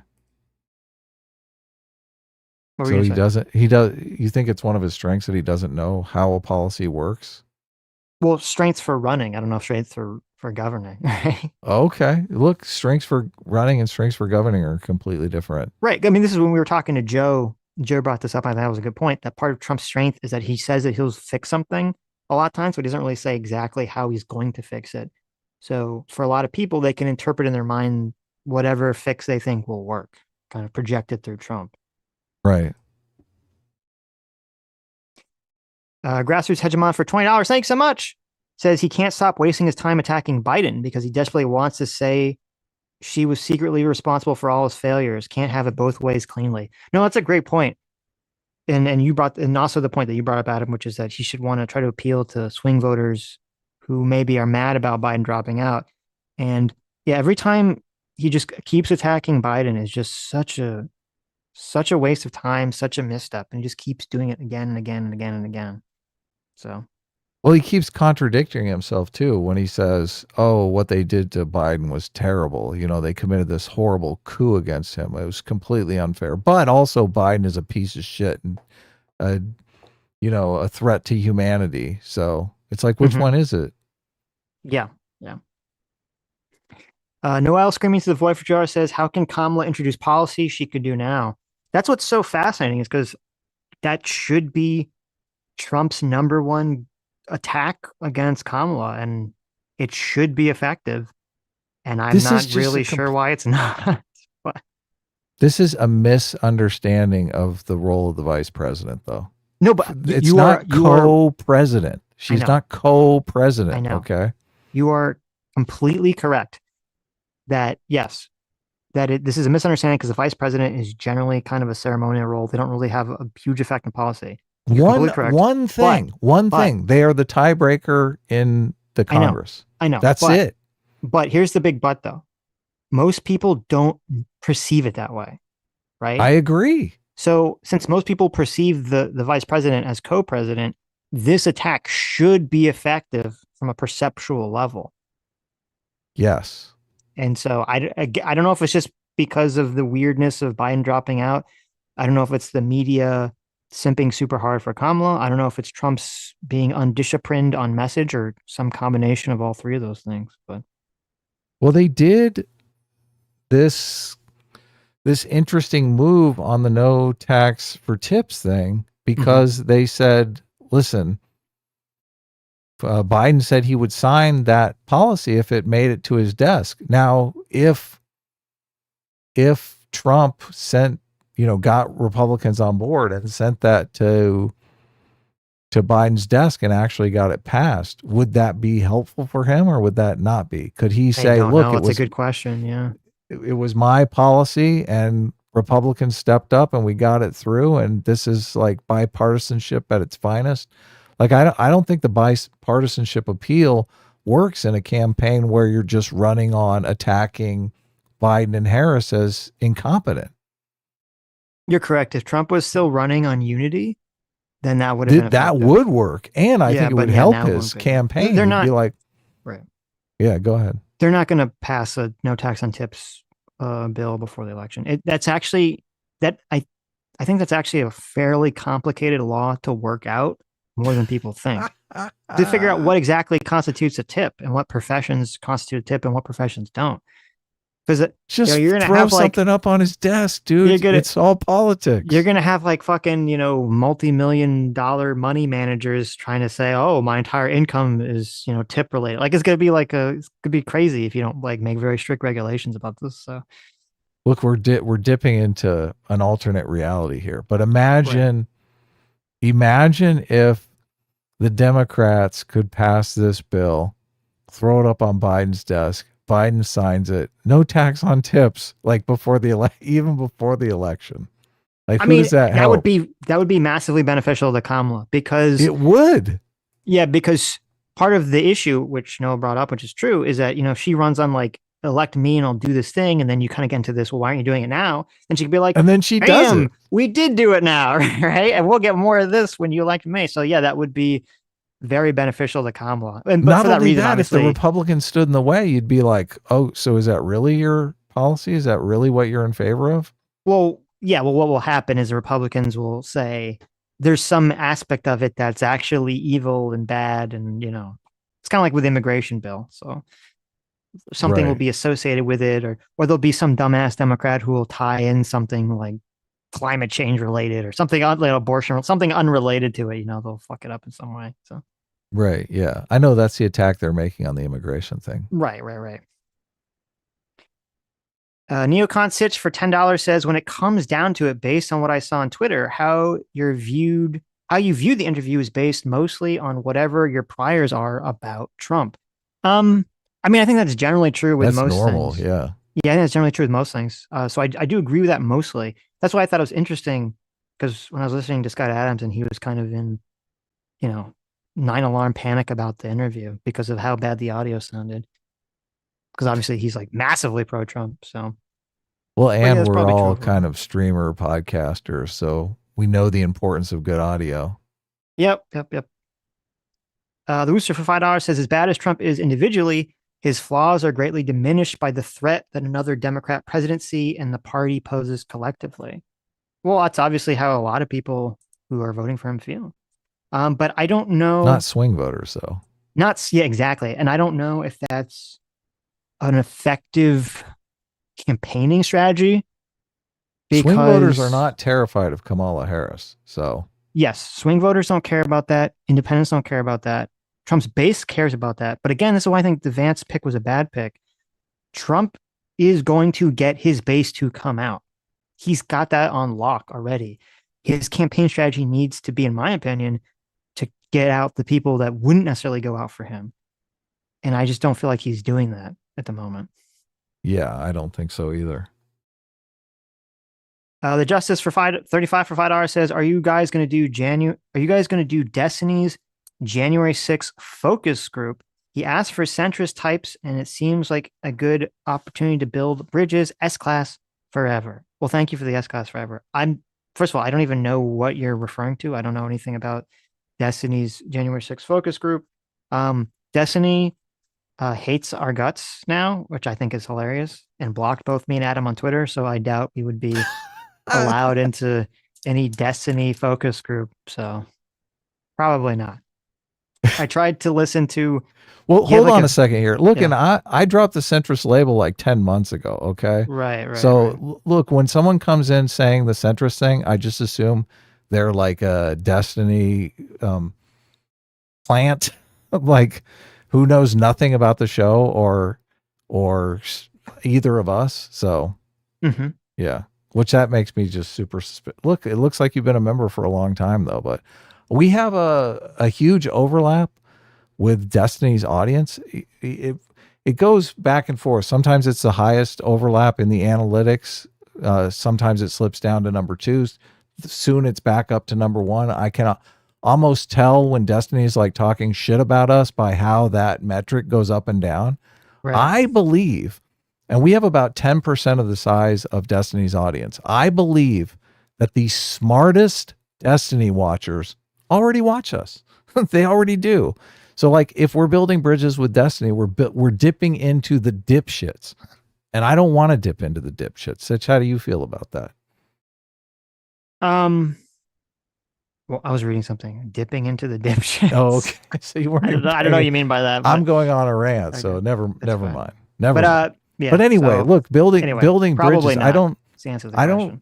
I don't know. Like, our goal was never to be Destiny orbiters. So I don't know what kind of bridge we're going to build like that. Destiny only builds bridges with people who are going to be subservient to him, who are going to be his glazers. Okay. So putting us in that situation, I don't think it's good for the show. I don't think it's good for anything, to be honest with you. Yeah. Yeah, it's interesting. If you want to be a Destiny glazer, go ahead. No. But blaze away.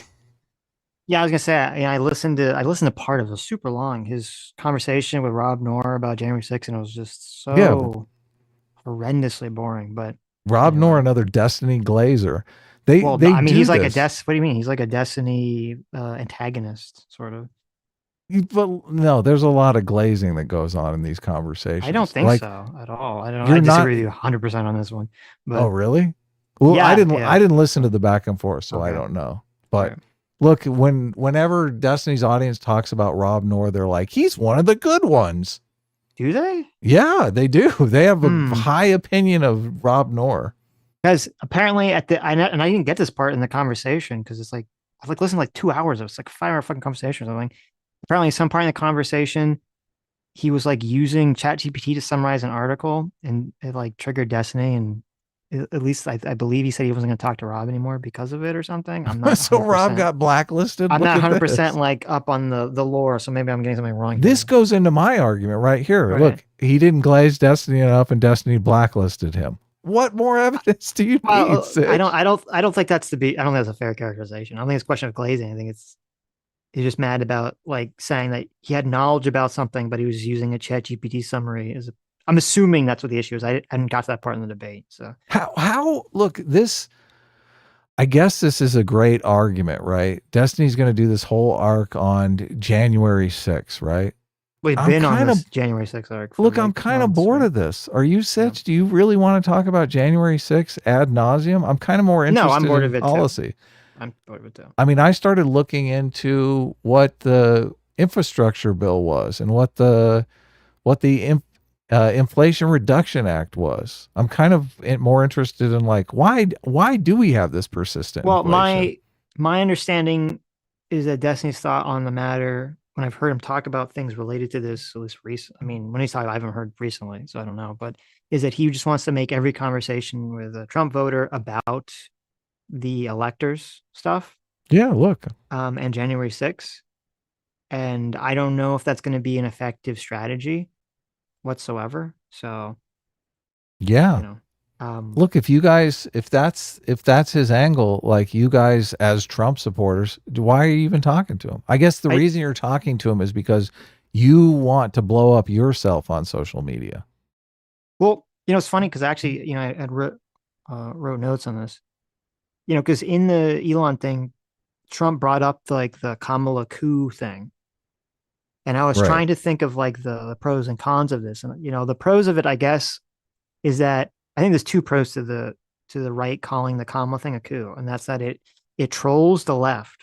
Like it really pisses the left off. It trolls them. It does. Yeah, which is good. I mean, I guess is good to some element, right? And then the second, and I think this is really why the right is going for it, or Trump is going for it, is that it muddies sort of he thinks, I don't necessarily agree with this. He thinks that it will muddy the waters on On these coup January claims. 6th. Yeah. Right. Yeah, because it's like, oh, you did a coup. No, no, you did a coup, right? And it creates this sort of like muddy cloud of confusion. And that Right. that tactic has definitely worked in the past on both the left and right when they've done things like that. Now, I'm not sure that's really effective here for a couple of reasons. Because number one, after the assassination attempt, I think the Democrats have tried to move they still bring it up, but the messaging has moved a lot away from that being the main focus. Because like before Biden dropped out, the main focus of the Democrats was Donald Trump, January 6th, insurrection, threat to democracy, Hitler. Yeah, Hitler, yeah. exactly. And now like that stuff also exists. Don't get me wrong, they still bring that stuff up, but it's kind of like secondary or tertiary to Kamala's, the fucking great savior of the world. Is sort of they're kind of pivoted to that position. But Yeah. so I think it's weak for that, but I think it's also weak because now maybe this doesn't matter because most people don't think about it. But if you actually think about the claim that is being made there, the claim is that Kamala Harris was selected to be the presidential nominee through a non-electoral process where people's votes weren't counted, and therefore it's a coup. If Trump comes out and agrees with that, then he is de facto Yeah. admitting that he did a coup attempt as well, which I don't think is Yes. effective messaging. So, Wow. but we'll He's see. I don't know. he's agreeing to the coup claim. Right. He is kind of de facto agreeing to the coup climb. So I don't know. It doesn't seem, I don't think it's a great technique. So Non-democratic processes are coups. I mean, that's the problem when you start doing that. That's why it kind of worked as a troll. And I said this would happen. I said this would happen. Okay. It's another example of Sitch being exactly correct. I said that when people first started saying it, it was a troll and that's fine. But the more people said it, the more they'd start believing it was true. Right. They believe their own hype. And it's exactly what happened, right? So, okay. It's a long answer, but to say no, I don't think we're to join the focus group. The Toxic Mix for $20. Thanks so much, Toxic Mix. Says the space was not great, particularly with how hard Elon was trying to keep Trump on topics. That said, if the MSN showed a shred of integrity and held the other side to the account, this would be over. Yeah, I do agree. And it was actually interesting because I watched JD Vance kind of did the gambit of all these interviews the other day, which, good for him, is impressive. I still think he has a problem where I'm listening to what he's saying, and I think he's saying lots of good things, but I think his vibe just is not correct. He needs to work on his vibe. His vibe is still too, it comes off to me as like nervous energy. And I don't know. I actually, it was interesting. If you go back and you listen to those JD Vance interviews, turn the speed down by like one notch, and he sounds so much better. I think so much of it is he just needs to slow down his how he's talking. So I think there's I think it's unique to you. I get a completely different read of him than really, you. okay, tell me. Look, it is you it's my unique read, so it's not any more accurate than yours. I mean, obviously you'd have to do some polling on this to find out the truth, but I mean, he comes off as super competent Mm. and I'm not feeling any weird stuff. He did have some weird interactions that I do think were based on clipping things out of context. Once you see the wider context, it doesn't seem as weird. And when I hear him speak, I'm like, I don't get any weird vibe from him at all. Well, I'm doing it from the approach of it. When I first heard JD Vance, I didn't see any issue with with him either. But Mm-hmm. it was the same thing like with Vivek. When I first heard Vivek in the debate, I was like, oh, I think people on the right are going to like this. And then I saw all the people's reaction, most people's reaction on the right that were not on the internet was that they fucking hated him. And I go, oh, that's interesting. I need to like readjust. Like my initial gut perception of him is wrong. So then I kind of look at it differently. I say, okay, let me try to look at this and figure out why people are not liking him. Try to look at it from a different perspective. And that's what I'm kind of doing with Vance here. Because when I first listened to Vance, I didn't perceive weirdness or anything. But then after he's been running and talking, he's just not polling well, even among Republicans. Well, with uh, Vivek, we had a very clear understanding of what was going on. He was a younger guy, basically telling older people how to do things. There was this weird kind of Right. social dynamic that we felt he was playing into. Mm-hmm. What is the clear? How can you clearly articulate what is going on with Vance in that same kind of Well, way? that's why I Like said I think he has too much nervous energy when he's speaking. you think you think he's nervous? I don't read any I of don't that know if he is nervousness. nervous. I'm saying it reads as nervous. That's why I said when I I slow don't read what down, he's saying as okay, nervous. well, He maybe we're doesn't just different, but when I'm seeing him in these interviews and stuff, he hmm, does not seem nervous at all to me. I'm okay, not picking up nervous energy. okay. So, I'm just saying I'd listen to him, listen to those interviews, slow down, mhm. and kind of judge it to the normal speed. It's fascinating Right. Okay. because it feels to me that like when I'm listening to those interviews, JD Vance sounds like he's at 1.25, and the interview sounds like they're at normal speed. I listened to the one with Dana Bash I've listened to that one too. Yeah. and I just thought he was killing it. He was completely destroying her. She kept trying to pivot away to Donald Trump being a draft dodger, Right. and he kept insisting. He's like, "It's not about Donald Trump. It's about the deception here." She's like, "But aren't the bone spurs kind of deception?" And he's like, the deception is pretending something different happened than it did, like going on Yes. a camera and saying that you were in a wartime situation when you knew that you weren't in a wartime situation is completely different. So, but I thought he I was nailing it, and I didn't I hear agree with any. you 100%. The Right, concept that he was saying was spot correct, on. was Yeah, spot on, and obviously that answer he gave was very carefully crafted because he's very smart and his team is very smart, they and came up with it ahead of time. Yeah, they exactly. knew exactly what Dana Bash was going to say. They knew if he said the problem with Tim Pool, the problem with Tim Walz is that he's lying about his military service. They knew that that was going to lead into the Trump attack, and so when he first answered the question, he phrased it in a very specific way that it would avoid Trump, which was, you know, the issue isn't that Tim Walz dropped out necessarily. The issue is that he seemed to pretend in multiple places that he was in Iraq and that he did serve in this situation where he clearly did not. And Right. that's the real dishonest issue. And Yeah. I think that's a good line of attack for Vance to. to hone in on. Well, I think also if he was completely unprepared for this, I could see where you could say he looks like he has nervous energy because obviously he's kind of bullshitting here. He's not really Hmm. prepared for this attack. But I look at that exchange and I don't see the nervous energy. What does he have to Okay. be nervous about? He's completely, I just hear it. I just feel it. So yeah. I don't know what to tell you. It's just No, an I got intuition it. thing. No, I get it. Yeah. I wonder if other people are feeling that as well. I'm guessing because I'm trying to figure out why people don't like him. Like And why this his is polling is down? What are why his his polling is always likable so bad. versus unlikable? Have you looked at that on 538? Is he Not recently. massively down? I believe he's not doing well even amongst most Republican voters. Okay. So I'll look you into it. could Read look it. it up.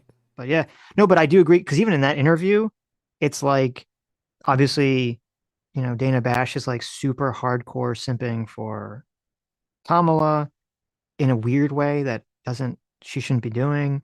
Um, and yeah, I mean, it's like JD Vance goes on the gambit of doing all these interviews.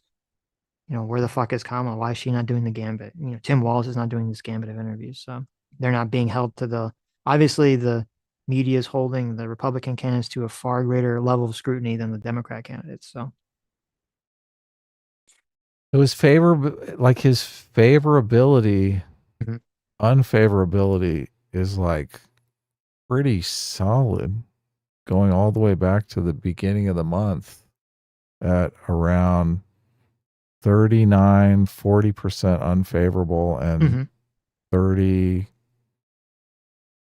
31, 31% favorable. So So it's he's not like under what he's got more unfavorability is what you're saying. he's got higher unfavorability than Right. favorability, but what they really look for is when you pass the 50% mark unfavorable. Mm-hmm. So, It's interesting. Now, is that overall or is that just among Republicans?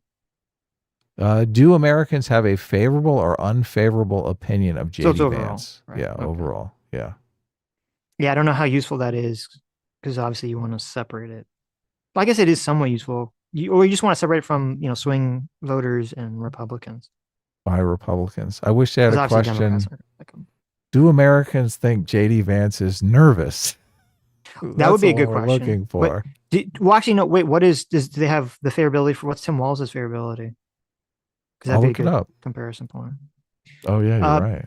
Bob Dahl, look at that for $20.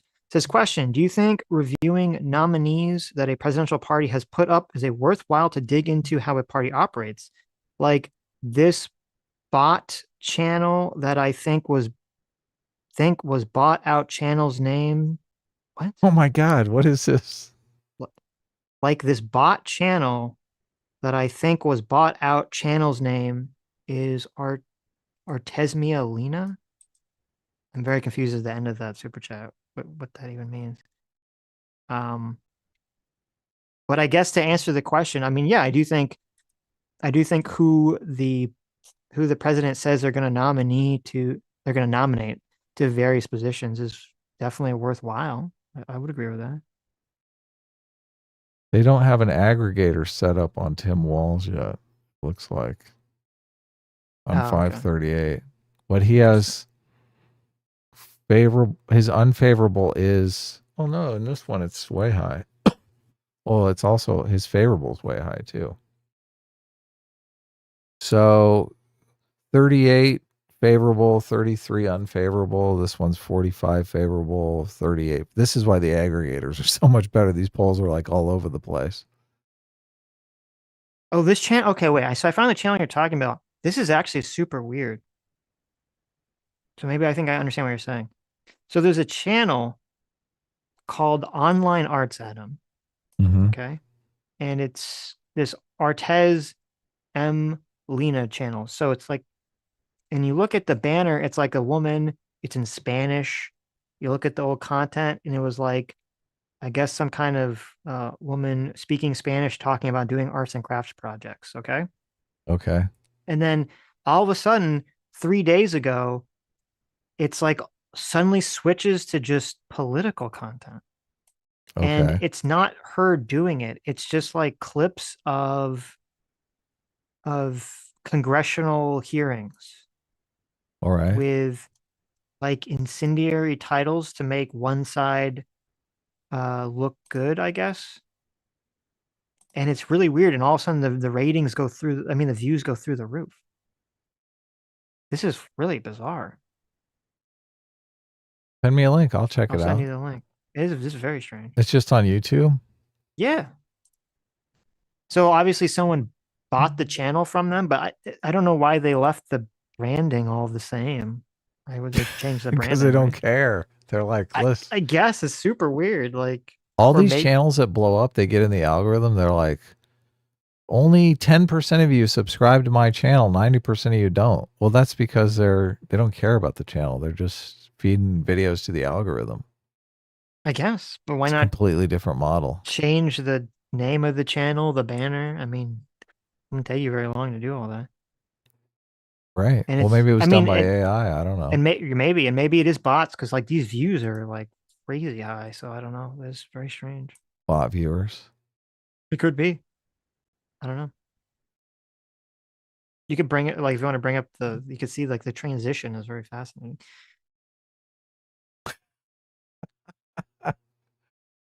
I wonder if it was her that did it. I mean, if she did, she's a genius because obviously she went from getting like no views to like almost, 500,000 views per video.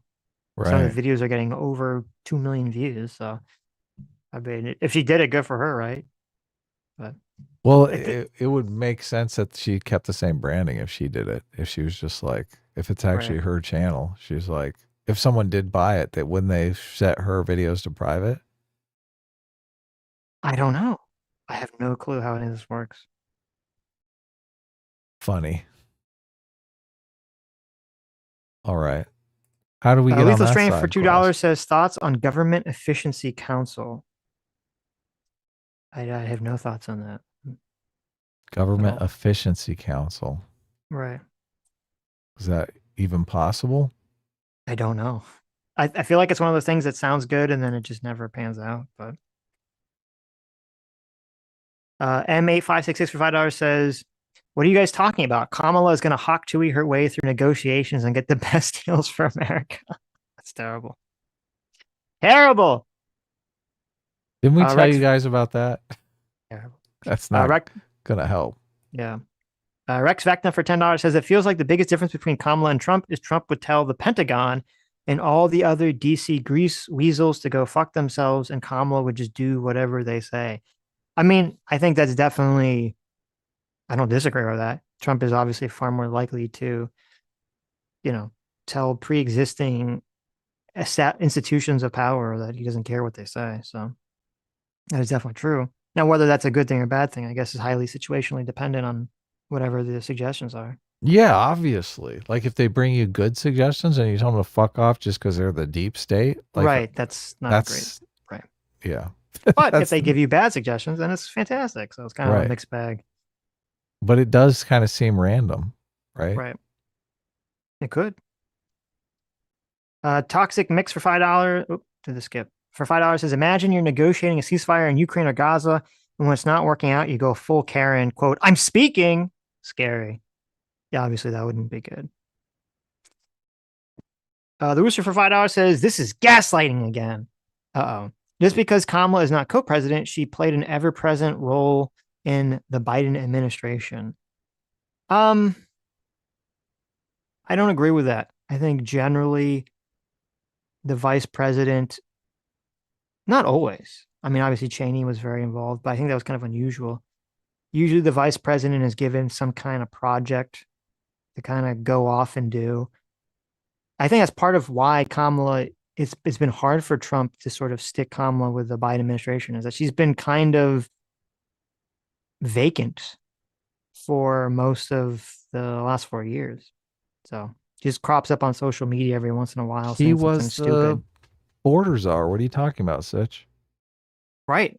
That's why I said they give them something, they give them some project. She was given the Borders Are project. But besides that, she was kind of vacant for most of the administration. So We should bring up that article. We Mhm. looked at an article a while back where the Biden administration was super chapped about the border situation. And Kamala was kind of in the mix on that article, if I remember correctly. Do you remember this article where the Biden administration was kind of looking for scapegoats on the border Kind of vaguely situation? do. Yeah, I don't remember it exactly, but I kind of vaguely do.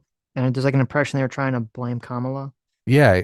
Yeah, I wonder if they did. I can't which is remember kind of though. funny in retrospect now, obviously. So, We'll find it for tomorrow. I'll be right back. new Neocon Sitch for $5 says Harris signed the tiebreaker on the IRS bill going after all income over $600. All those micropayments are tips. Yeah, I saw that. Well, was it specifically? I don't. I could be misremembering it. Was it? I don't think it was specifically an IRS bill. It wasn't it the general Inflation Reduction Act that she was the tiebreaker vote on, and the Inflation Reduction Act had an element to it which was increasing funding for the IRS to, go after stuff. And so now they say, well, they want to, that would thus increase the IRS's capacity to go after people making, over $600, et cetera, et cetera. So, um, I'm not sure that's going to be an effective line of attack. It could be. I'm not really feeling it though. I'm not really feeling it, Oh, especially if she just goes full tax on tips or no tax on tips. So I found the solution to the book dilemma. what? I just need to say, oh, I read this in these classified CIA briefs on Oh, there my you go. uncle's Facebook page Right. from the deep state. That's where I'm getting this information from. Doesn't that make it sound far more credible? Mm-hmm. It does. It does. You looked more into the Inflation Reduction Act, didn't you? I did, yeah. Yeah, because I was surprised. It's that was about giving incentive. There's a lot of incentives for like green manufacturing, I think specifically in solar, but there's also a lot of incentives for creating manufacturing for computer chips and other high-end technologies mm-hmm. in America, which is, I mean, there's two ways that you can deal with inflation. You can shrink the money supply or you can grow the stuff, right? Right. Like obviously if we started making a lot of those GPUs here in America, more GPUs in the world will lower the cost, right? Mm-hmm. So might work. Listen, I just hope you got to get YouTube to say super chats are tips, right? That's what matters. Oh, that's, yeah. JMac, our circuit far, thank you so much for the $20. Says Trump talking to Elon reminds me of when my brother calls me. He'll call to talk, but really only be interested with telling me what's going on with him. Love my brother. There you go. Yeah, we all have friends like that. Where you're like, do I really have time to pick up the phone now and hear like a 2-hour conversation just Right. aimed at Right. me where I'm just basically the audience? Right. Which, Yeah. on one hand, I mean, that's kind of fine because Trump's running for president, right? He's supposed to be selling himself. Though I guess, I don't know, maybe you say, well, you want to be something more conversational because it's like a unique situation, maybe. But Well, there is claims that I hear that I think, is this a true claim or not? Like there is a claim that Trump gets in these high level meetings with people and security advisors are coming to him with a daily brief, stuff that they've uncovered in the world, that you'd think, okay, well, Trump should be interested in what they have to say. This is the freshest information out there, right? But no, Trump doesn't give a fuck what they have to say. He's there to broadcast how he feels, which that's not smart or an efficient use of government, is it, Sitch? Am I wrong here in thinking that that's stupid? I agree. Okay. So is this exchange with Elon Musk, does that make you think, well, maybe those claims are true? Right. Do you think that's like jilted people who were in the meeting that, they wanted to say something and they couldn't I say it, mean, so they're pissed off? that's always a possibility. That's always a Look, it strong could be possibility, total right? bullshit, right? You're right. Like Yeah. Trump could be Yeah. listening attentively and understanding what's going on, and people just want to, badmouth him behind the scenes because they didn't like something he said, some offhanded comment. Yeah, they Right. could be lying. They could definitely be lying. But what we're trying to do is we're trying to sniff out what is the truth here. Hmm. Does Trump really pay attention? Is he making smart decisions, or is he just kind of saying whatever and we'll see how things work out, right? Right. Right. I want to know that. I think that's a smart thing to want to know. Yep. But people come to that question like they already have the answer based on whether or not they like Trump or whether or not Yes, they of course. hate Kamala Harris. Right. They're not really looking at it unbiasedly. They're saying, "Look, obviously that's insane." But me, I don't know. Like there's conflicting points of information. This this interview with Elon Musk kind of makes me think, yeah, Trump really doesn't listen, does he? He just kind of like I don't was there much back and forth on what Elon was saying? Was he taking in what Elon was saying and adding to it in the way Jordan Peterson might do? Um, no, not really. Right. But I don't know. But that's like that's the way most politicians I feel like act in these situations. Like they just take whatever question the person says and they turn into whatever talking points they That's want to talk about. bullshit. If Obama sat down with Elon Hmm. Musk and had this conversation, it would be completely different. I If agree with Bill you, but Clinton, Obama was like if a super rare talent for Bill Clinton, speaking. if Bill And Bill Clinton was Clinton, also super rare talent for speaking. Yes. yeah, but that's what you want. You want I somebody know. that's going to have an I agree intelligent with you. conversation about this thing. I You want agree. somebody that's going to Yes. understand the policy. They're going to understand they're the decision maker on this shit. Right. They're going to take everything into consideration and they're going to make a decision. Hmm. Like if you have a guy that is really not even paying attention, which that's the knock on Trump. And this is why people constantly say, oh, Trump is terrible because he doesn't really pay attention to anything. And, Well, he makes a decision based on none of the facts. you Look bring up at, an interesting point that I haven't go really ahead. thought about, which is that if you like, because you're saying that like, okay, if you look at this interview as part of a narrative the left has been spinning for years about Trump, it plays directly into that narrative, It does. Yes. right? Which Yeah. I hadn't thought about that, which is an interesting point. But Look, when okay, you and I, we talk to each other, I listen to what you're saying. right. I run it through my own filter. Like I said in the beginning of this, we're building a conceptual model together. We're Hmm. saying, look, these are how things work. These are certain rules of that conceptual model that if you break those rules, like we're having a completely different conversation. This is one of the reasons why it's difficult when Dev comes on because Dev, he's building like kind of this completely different conceptual model of politics that revolves around different axioms. So he'll say something that both of us will think, okay, well, that completely goes against our model. Like Hmm. that thing that he just said cannot exist in our model because it doesn't make any sense. It's incoherent, right? Mm, And right. for us to drill down and explain to Dev why what he just said is incoherent, we have to have like a completely different conversation because we're building this model that you and I have together. So, Hmm. but they're like you said, the left is building a model of Donald Trump and the right is building a model of Donald Trump. And I'm going, there is a lot of evidence for both of those models, but I don't which way does it tip?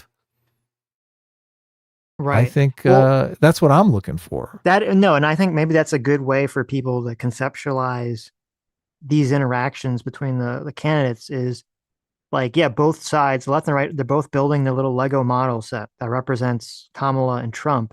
And Right. then each interaction that they have publicly, both sides continually build that model according to the interaction. And you say, okay, which which model at the moment is like gaining traction based on the most recent interaction. Right. Right. And so yeah. Yes. So that is an interesting way to think about this all. It's Look, and probably a useful way to think of it. So I don't know if this narrative that the left has of Trump, I don't know that you can't put that narrative completely on Kamala. Like, I don't know if all of her advisors are going to come in and, she's just like some wine mom. They're basically going to say, oh, we need to worry about this, and this because of this intel Well, information. mhm. And she's just going to be like, okay, do what you think is best. No, I'm glad you said that's a really good point because, and this is why I keep saying to people on the left that are like, jacking themselves off with joy to be careful because Kamala could stumble at any moment. Because right now, while they're riding high, the model that I've heard whispered, right, about Kamala that hasn't really gained traction, but has been something that people have said for a while, it ironically is kind of very The similar to same that thing, model of yes. Trump that the left has been putting out, which is that Kamala doesn't listen to people. She's kind of just like an idiot. She's vapid. She doesn't really have the attention span to pay attention to regurgitate points correctly, et cetera, et cetera. And that would play into why she's been so terrified to sort of have these long sit down interviews that go into depth about literally anything. Why, when she's been questioned about this stuff in the past, she gives these like completely nonsensical word salad answers. So we could very well see the current left's model collapse and this new model rise to prominence in the coming month, unless she's able to literally just hide away in the basement and the media just completely cover for her, which I think is unfortunately entirely possible. Or she proves the model wrong. Or Like she proves the you, model wrong, of course. Yeah. yeah. I mean, you look at the border situation where she's sent down there to deal with the border issue, right? Well, Right. look, maybe she's incompetent, maybe she's a wino buffoon, and she goes down there and she doesn't even look at the information, right? That's Mm-hmm. one possible narrative. Maybe she goes down and she studies it in complete depth and detail and realizes the complexity of the problem and says, look, there are no good answers for this. And if Mm-hmm. I take any particular position on this, it's going to hurt me politically, which is intelligent. So she slinks away. Well, that's true. And We don't know what, yes, like, where it is. I mean, obviously, not say like where Kamala has in terms of the model, the advantage she has is she does seem to appear to be listening to whoever is advising her. And yes. whoever is advising her is very smart Yeah, we because they're got that making from good the decisions again and again and again, and she's we listening to them. we got that from the hecklers. I think Yes, we've realized exactly. that. Yeah, Right, so there's right. some evidence that that's going on. Yes. Yes, right. So what that shows us is that Kamala has really bad intuitions naturally, but she has good advisors and she appears to be listening to them. Right. Do So we I have that evidence on the Trump side that Trump has good advisors that he's listening to and adapting to? well, I think Trump is like the opposite. I think Trump has good intuitions, but then he doesn't listen to it. He doesn't. I don't know if he has good advisors, and I don't know even if he does, if he's listening to them or not. It Yeah, appears like look, he's not. So I if he had the best advisors in the world, I don't think he would listen to them. right, right. So, but maybe I'm wrong about We'll that. see. Maybe he could listen to We'll them, see. right? We'll see. Drew Schweitzer for 5 months. Thank you. I'm assuming you want me to read this as the Joker. Okay. The media joyfully eats out Kamala every day, and no one bats an eye. But one person, Adam, plays Trump an interview, and the whole world loses its mind. There you Yeah. go. Very true.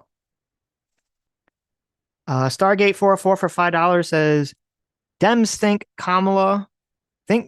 keeping Kamala away will help, but if the first time doesn't have a script, she's facing an adversary, Trump. No practice will hurt her. That is, well, that's a good point, but I think the strategy they're working on is that the more the image of a person gets solidified in your brain, the harder it is for you to change your opinion later. And I think True. that's kind Yeah. of the strategy the Democrats are going with right now with Kamala is like before, like think about it this way. Kamala is like a baby hatchling, right? and they before they make that little baby chick wobble on stage and then try to flap its wings and then inevitably fail and fall off the stage, right? Before they do that, they want to really cement in your mind that like Kamala is fucking awesome, so that it kind of detracts away from a potential inevitable failure where she collapses on stage before our eyes. And I think that's the strategy they're going for. So, Well, the strategy I do think is milking anticipation, yeah. because there is kind of like anticipation for that first, ad-libbed engagement interview, right? And I think it's a winning strategy for them to milk that anticipation at the same time that they're preparing for that engagement to go well, right? What do they have to Mhm. lose? The longer they wait, the more anticipation builds, the more time they have to prepare. Right. Like if they're preparing, that's a smart strategy. If they're hiding and just holding off and not really preparing at all, then it's a completely dumb strategy, right? Hmm. But I think at this point, I mean, I'm leaning towards they're preparing, because it does seem like she's making smart moves. She has advisors that she's listening to, and responding accordingly. Do you agree or disagree? I would assume that's what's going on behind the scenes. Right. Yeah. Right. I'm not 100% sure, but that's what I would guess is happening. So, Yeah. She's building a policy platform that she's going to spring on everyone, and everyone's going to be like, oh my, they're going to be totally satiated. well, it's interesting. We probably won't get to it till tomorrow. But I do. Well, tomorrow we'll talk about, Kamala's kind of flip flopped on the border, or at least trying to flip flop her people's perceptions about her on the border. She'd be like, "I'm tough on the border," which is very fascinating. So Yeah, we can talk about that tomorrow. it might be interesting whenever this surprise Kamala platform comes out. It could be, I don't know. Maybe it will. The progressive left will be very mad about it because there could be a lot of pivoting to the quote center. So Yeah, maybe that's part of why they're trying to keep her out of it too, because they know it's going to piss people off. yes, yeah. The Justice 35 for $10 says, Destiny's doing a video essay for normies who don't follow politics on why the January 6th was an insurrection because people like XQC and Willie Mack show don't know it was. No worries because S class is the best class. I didn't know he was doing that. That's kind of interesting. I heard a tiny chunk of their conversation with XQC, and it was actually kind of horribly cringy and hilarious. I didn't like XQC is such a like a weirdo because he was in the Aiden Ross video like in the background. I'm Yeah, assuming he you was saw wearing a that, Trump shirt. wearing a Trump shirt. I think he had a Trump hat or something on too. And then he's all like, "Oh, like I don't support Trump. I don't know about anything about politics." And you're like, "What? Okay." What a So you just dumbass. Yeah, I know. You just showed up in this video supporting this guy. You don't know anything about the politics. Like, it reads to me as so pathetically vapid, but he still has an audience. So I guess his audience doesn't give a shit. He's like, look, there's gonna be a lot of eyes on this. I gotta get in. I could Right. win new Right. fans. He's I like, guess. are they Trump fans? I don't care. Who cares? Right. Because Yeah. I thought it was weird because I was like, I remember listening. We covered one of those XQC conversations. He was super woke in it Yeah, about he is trans woke. issues and stuff. So I didn't know why he was supporting Trump. So, um, but as for like, I think if you're going to do a video essay on the normie stuff, and I don't know why Destiny, I think his framing on this is completely wrong. I think hyperfixating on the insurrection coup definition is a massive waste of time. That's my intuition on it. Just it's a massive waste of time. Um, the framing should be about how, Donald Trump wanted to throw out people's votes. Because I feel like that resonates with people more than this insurrection coup stuff, which they've been hearing for 4 years anyway. So I don't think it's going to change anyone's mind now. Plus, you hit him with the people on the right view themselves as defending democracy. Right. So if you hit them with the Donald Trump wanted to throw people's votes out, you're causing cognitive dissonance. Like it's a way stronger argument because then how are Yes. they supposed to say, look, I'm defending democracy, but Donald Trump wanted to throw people's votes out?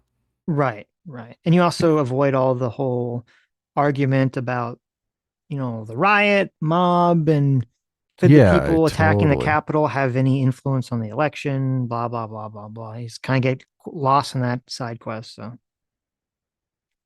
Yeah.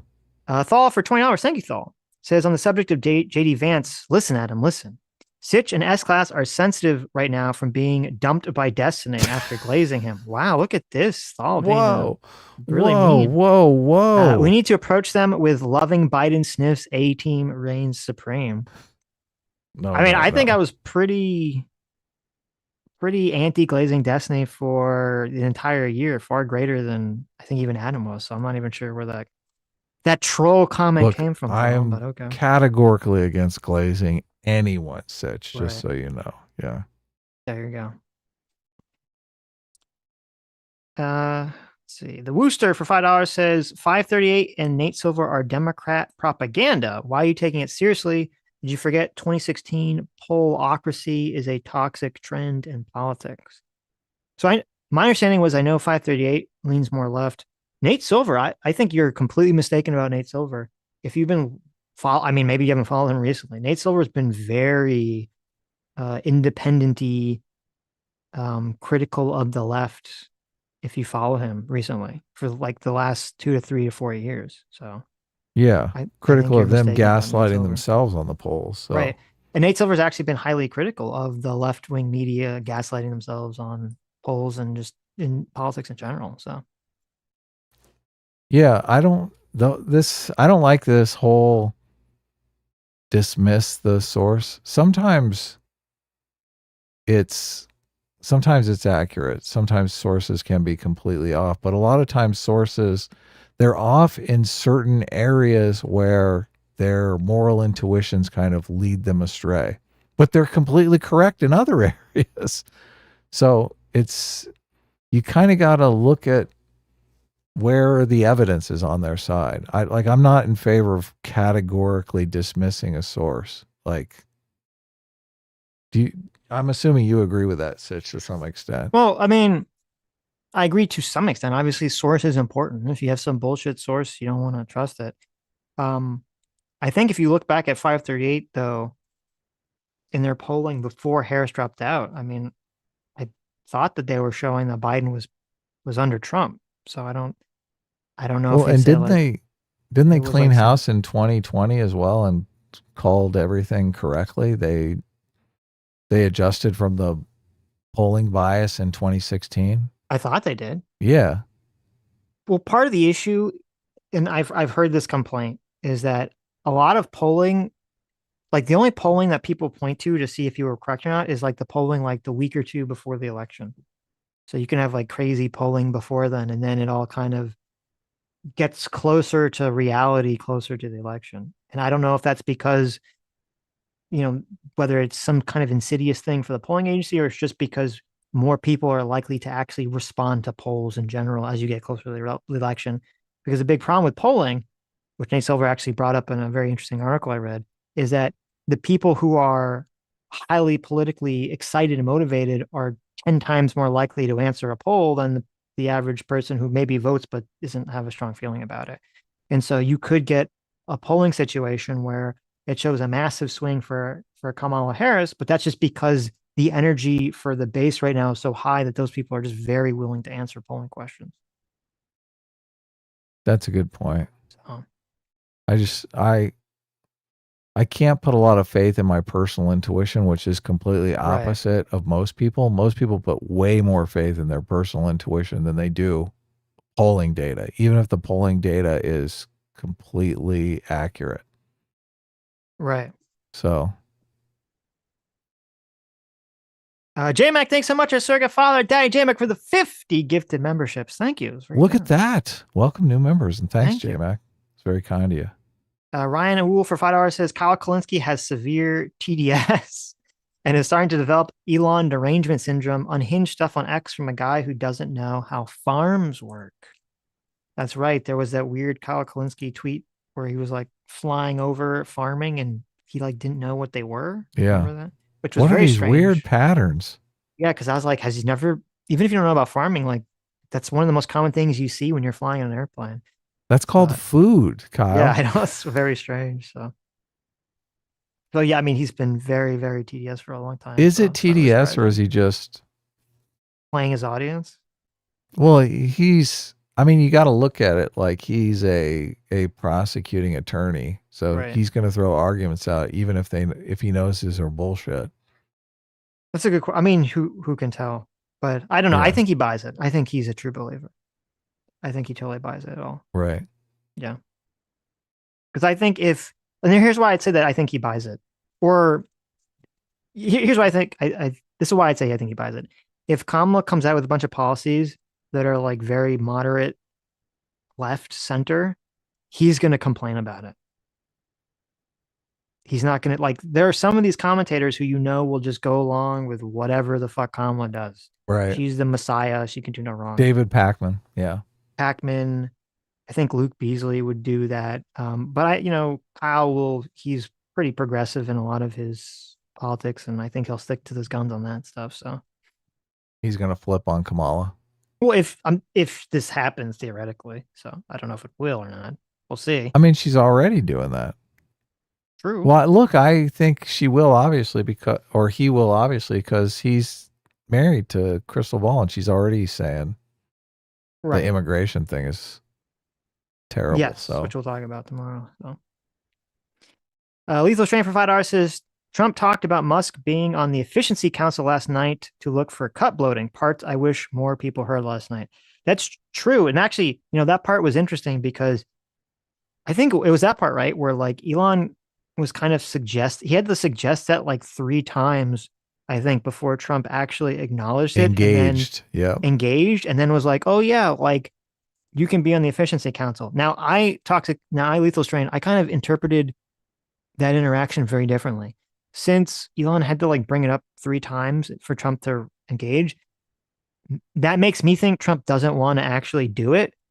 And it was just kind of like saying it to get Elon to shut up. That was kind of my interpretation of the interaction. So, Wow. I mean, we'll see if that actually pans out or not. But He's like efficiency in government. Ha. right. Toxic Mix for $20. Thanks so much. Says the basement strategy is good, but it's also despicable, and the mainstream allows it. They are supposed to be truth seekers, but this guarantees uninformed voters like wokeism. If this weapon works, it'll never be thrown away. I mean, I agree with you. It is a good strategy that is also an immoral and despicable strategy. That's definitely the case. Yeah.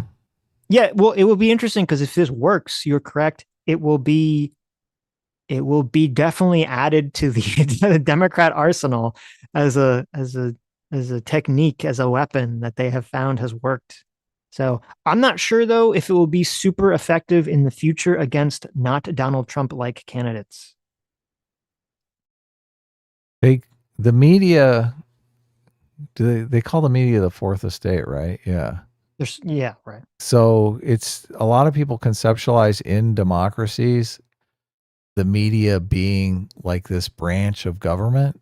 But the problem with our situation is that branch of government has been completely taken over by Democrats, and there's no electoral process to replace them.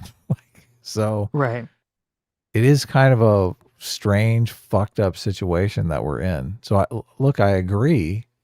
And if it was literally a branch of government, you would have two competing parties like keeping each other in check, and you don't have that now. So No. I don't know how to deal with that. That's another strange problem of the modern era. Mm-hmm. The Rooster for $5 says, as somebody on the center right, fuck democracy. Long live the republic. People on the right defend the republic, not democracy. Well, there you go. Okay. Look, There you so go. if you're in favor of Donald Trump throwing away people's votes, then just come out and say that. Just say that's what you support. Well, and also, I mean, sure, but then that, and also it undermines the coup Kamala thing, because then that was obviously that wouldn't be a democratic process, be a republic process. So, Yeah, you're right. Oh my right. God. So there you go. The Democrats will adopt that to say we're not a democracy. How hilarious would that be? Democrats are saying we're not a democracy, we're a republic. Well, they So, could say it about their own party, right? right, right. Stop calling yourselves the Democrats, though. Oh, You that's should a good call point. yourselves the Yeah, Republicans. you're right. Yeah, that might be harder for the Democrats to pivot away from that. It's literally their fucking name. Yeah, okay, that's a good point. Solid for $2 says a public option is government run but funded by premiums. Medicare for all is tax funded but may or may not involve banning private insurance. They give vouchers for insurance in Australia in addition to the public plan, but premium prices rose. Oh, they did? Interesting. Yeah, that'd be a worthwhile thing to look up in Australia as like a comparable situation to see. So Australia does have a public option. I mean, that's kind of the comparison. I think Sweden has Wait. a public option as well. Mhm. Well, I guess is a public option giving vouchers, or is that slightly different? I don't know. Right. Like there's not an option that's actually run. I mean, I have no idea. in the school system, I mean, all those schools are government run. They're state government run, right? And there's the Department of Education is sort of designed to orient all the states into teaching some sort of unified curriculum. I think that's how it works. Well, wait, hold on. So there's like there's like very broad. My understanding is very broad federal guidelines that are like very Right. broad, and then the state governments create significantly more specific guidelines, and then each county kind of works within those state guidelines. Right. That's like the division of labor there. But state government and federal government are often night and day Yes. as far as what can be accomplished, especially in the realm of things like funding healthcare or funding education. Hmm. Because when you're talking about state government, it is run like a business. When you're talking about federal government, it's not run like a business. It's completely different. Right, because yeah, Yeah. state governments don't have their own currency. Yep. Right. Oh, so it says that in Australia they gave vouchers for insurance in addition to the public plan. Well, hmm. I mean, you would expect, right? If you're giving people vouchers to buy private things, wouldn't you expect the price of private things to increase? Right? Isn't that just like they're not like isn't that the expected result of such an action? You're bringing more players into the marketplace. If you're not going to increase the amount of goods and services, you are going to get inflation. Like if more, this is exactly what happened during the housing crash. Like there wasn't an increase in housing inventory. You just gave people more money. So you had more players come in that wanted the same number of houses. And that's why you've got housing prices going up. It's the same principle with healthcare. Like if you say, okay, we're going to give everyone access to healthcare by paying for their healthcare, but there's still the same number of doctors, but there's 10 times more patients. Obviously, what's going to happen there, Sitch? Right, right. But I Prices are think going to go up. right. I don't know if Sal was bringing this up in terms of because we were only talking about healthcare. I don't know if you're bringing this up in terms of education. We were talking about vouchers, which when we're talking about like education vouchers, it's not the concern isn't cost. The concern is that some public schools in some districts are great, and some public schools in some districts suck. And Well, a lot of the that I does come down to cost, well no, but but go ahead. the theory though is that you need to give uh families the option to basically use the money that goes to their taxes that goes to public schools instead can be diverted to essentially sending their child to a private school, which I mean obviously if a bunch of people have vouchers, we are massively increasing the demand for a product, and there's not going to be a big increase in supply of the product at least at first, and that will increase the price of things, but presumably it would increase even if the overall price increases, it wouldn't increase past the amount that the voucher helps. So it wouldn't be like the voucher would still be very useful, I guess. If that makes sense. Right. Yeah, this So, is really why we have a really screwed up understanding of how our economy works. Because you really should take into consideration supply whenever you're talking about these voucher things. And mhm. this was one of the things that Biden was completely ridiculous on because he was like, affect the, we're going to keep rents down by giving you money or doing rent control or We're going to something like increase that. demand without increasing supply. Yes, Yeah, retarded. exactly. You Right. have to look at the supply. You can So, say, look, there are this many, and there's no reason why they can't do that. They can't say, well, in this area there are this many private schools. Like how much schooling do we have and how many pupils do we have? And are they at an even match? Are they not at an even match? I mean, right. that's the first question, right? Hmm. Well, it's kind of fascinating because it shows like sort of where the priorities are. Because I mean, yeah, I mean, I still do think vouchers are a good plan, but it will increase the price of this stuff. But it's kind of funny because it's sort of like a limited version of UBI, essentially, only just for something limited. Because whenever you talk about UBI, people go, "Well, that's gonna cause inflation, right? You're increasing, the buying power of something without necessarily increasing the supply." And why would that not also apply to the school voucher? The same people do not see that as with the school vouchers thing when it's kind of the same principle, is it not? Yeah. So, Dr. Diller for $2 says, "Take my money and don't build another bridge with Destiny. He's a scumbag and knee and knee what he was doing and burning it with you. Oh, and knew what he was doing when burning it with you. I don't think he provides any benefit to talk to unless you intend to shit on him." Well, there you go. Dr. Diller has made his feelings on the matter quite clear. So I That's don't great. anticipate any, at least in the near future, I don't anticipate anything changing. So Yeah. Stargate 404 for $5 says the media bias is unlike anything I've ever seen. People are so polarized. I think it's hard to tell whether tarring her with Biden is working on normies. It's, I mean, I agree with everything you're saying. It's not working, even though it logically feels like it should be working. And I think that's what the Trump campaign's number one goal to figure out should be is what is an effective line of attack on Harris, how to get around the media bias, and how to tie her down to the albatross of Biden, or if that's even a useful strategy. I think Trump has fucked up beyond belief. Like I just cannot believe he got this complete blessing, this assassination attempt. And if he had any kind of discipline whatsoever, if he used that to milk some sort of transformation, some sort of like high and mighty, I'm going to take the high road. I'm a completely new man. I'm a changed man, right? If Mm-hmm. he milked that, that would be an irresistible story for the media. Like a complete transformation of this person would be something that would, it was like, it's a character arc. It's completely, I mean, that's the kind of thing that would keep him in the news. But no, he just reverted back to the old Trump, same old fighting with everyone, backbiting with everyone. It's such a shame. Yep.